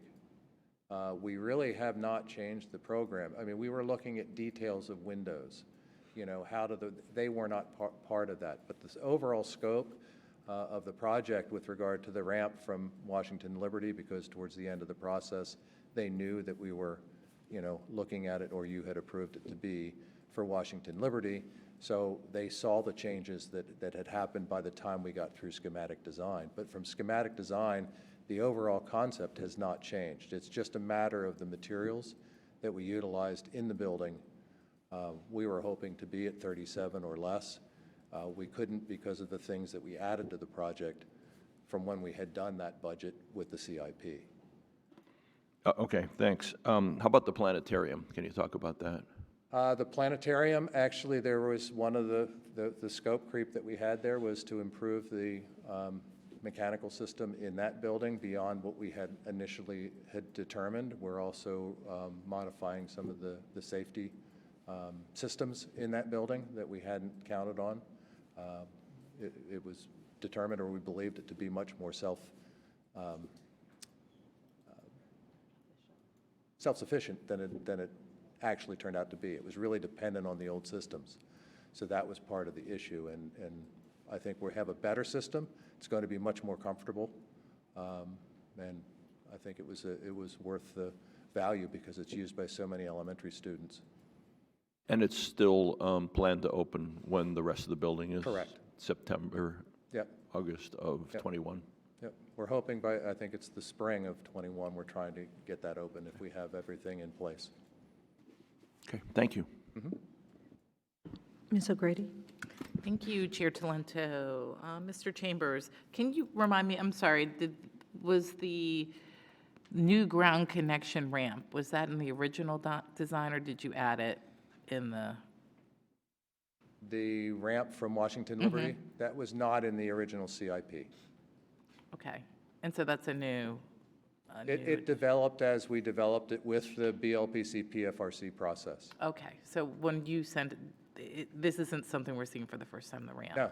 Okay, yeah, I thought I remembered that, but I remembered us also having a conversation as to whether it was going to be covered for Right. kids. That's what we talked about in the BLPC PFRC process, is we were looking at an overhead connection, we were looking at a covered connection, and basically working through the process, we felt this was the most cost-effective, was to have just a straight crossing like you do to a relocatable farm.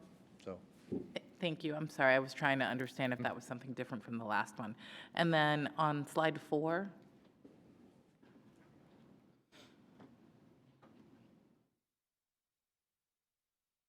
Can you tell us what that picture's about on the bottom on the right? That was a celebration with those from the planetarium, and Robin. Yes. Robin is the project manager for the project, and she is there with the Star Wars crew. So they landed, they came to help us celebrate the planetarium. Awesome. Okay. I was like, we can't just pass by that and not ask and figure out what that's about. So thank you both for explaining that. Appreciate it. Any other questions or comments? Mr. Chambers, thank you so much for being here and always staying late with us, and thank you for coming. We appreciate your work on this project. Thank you.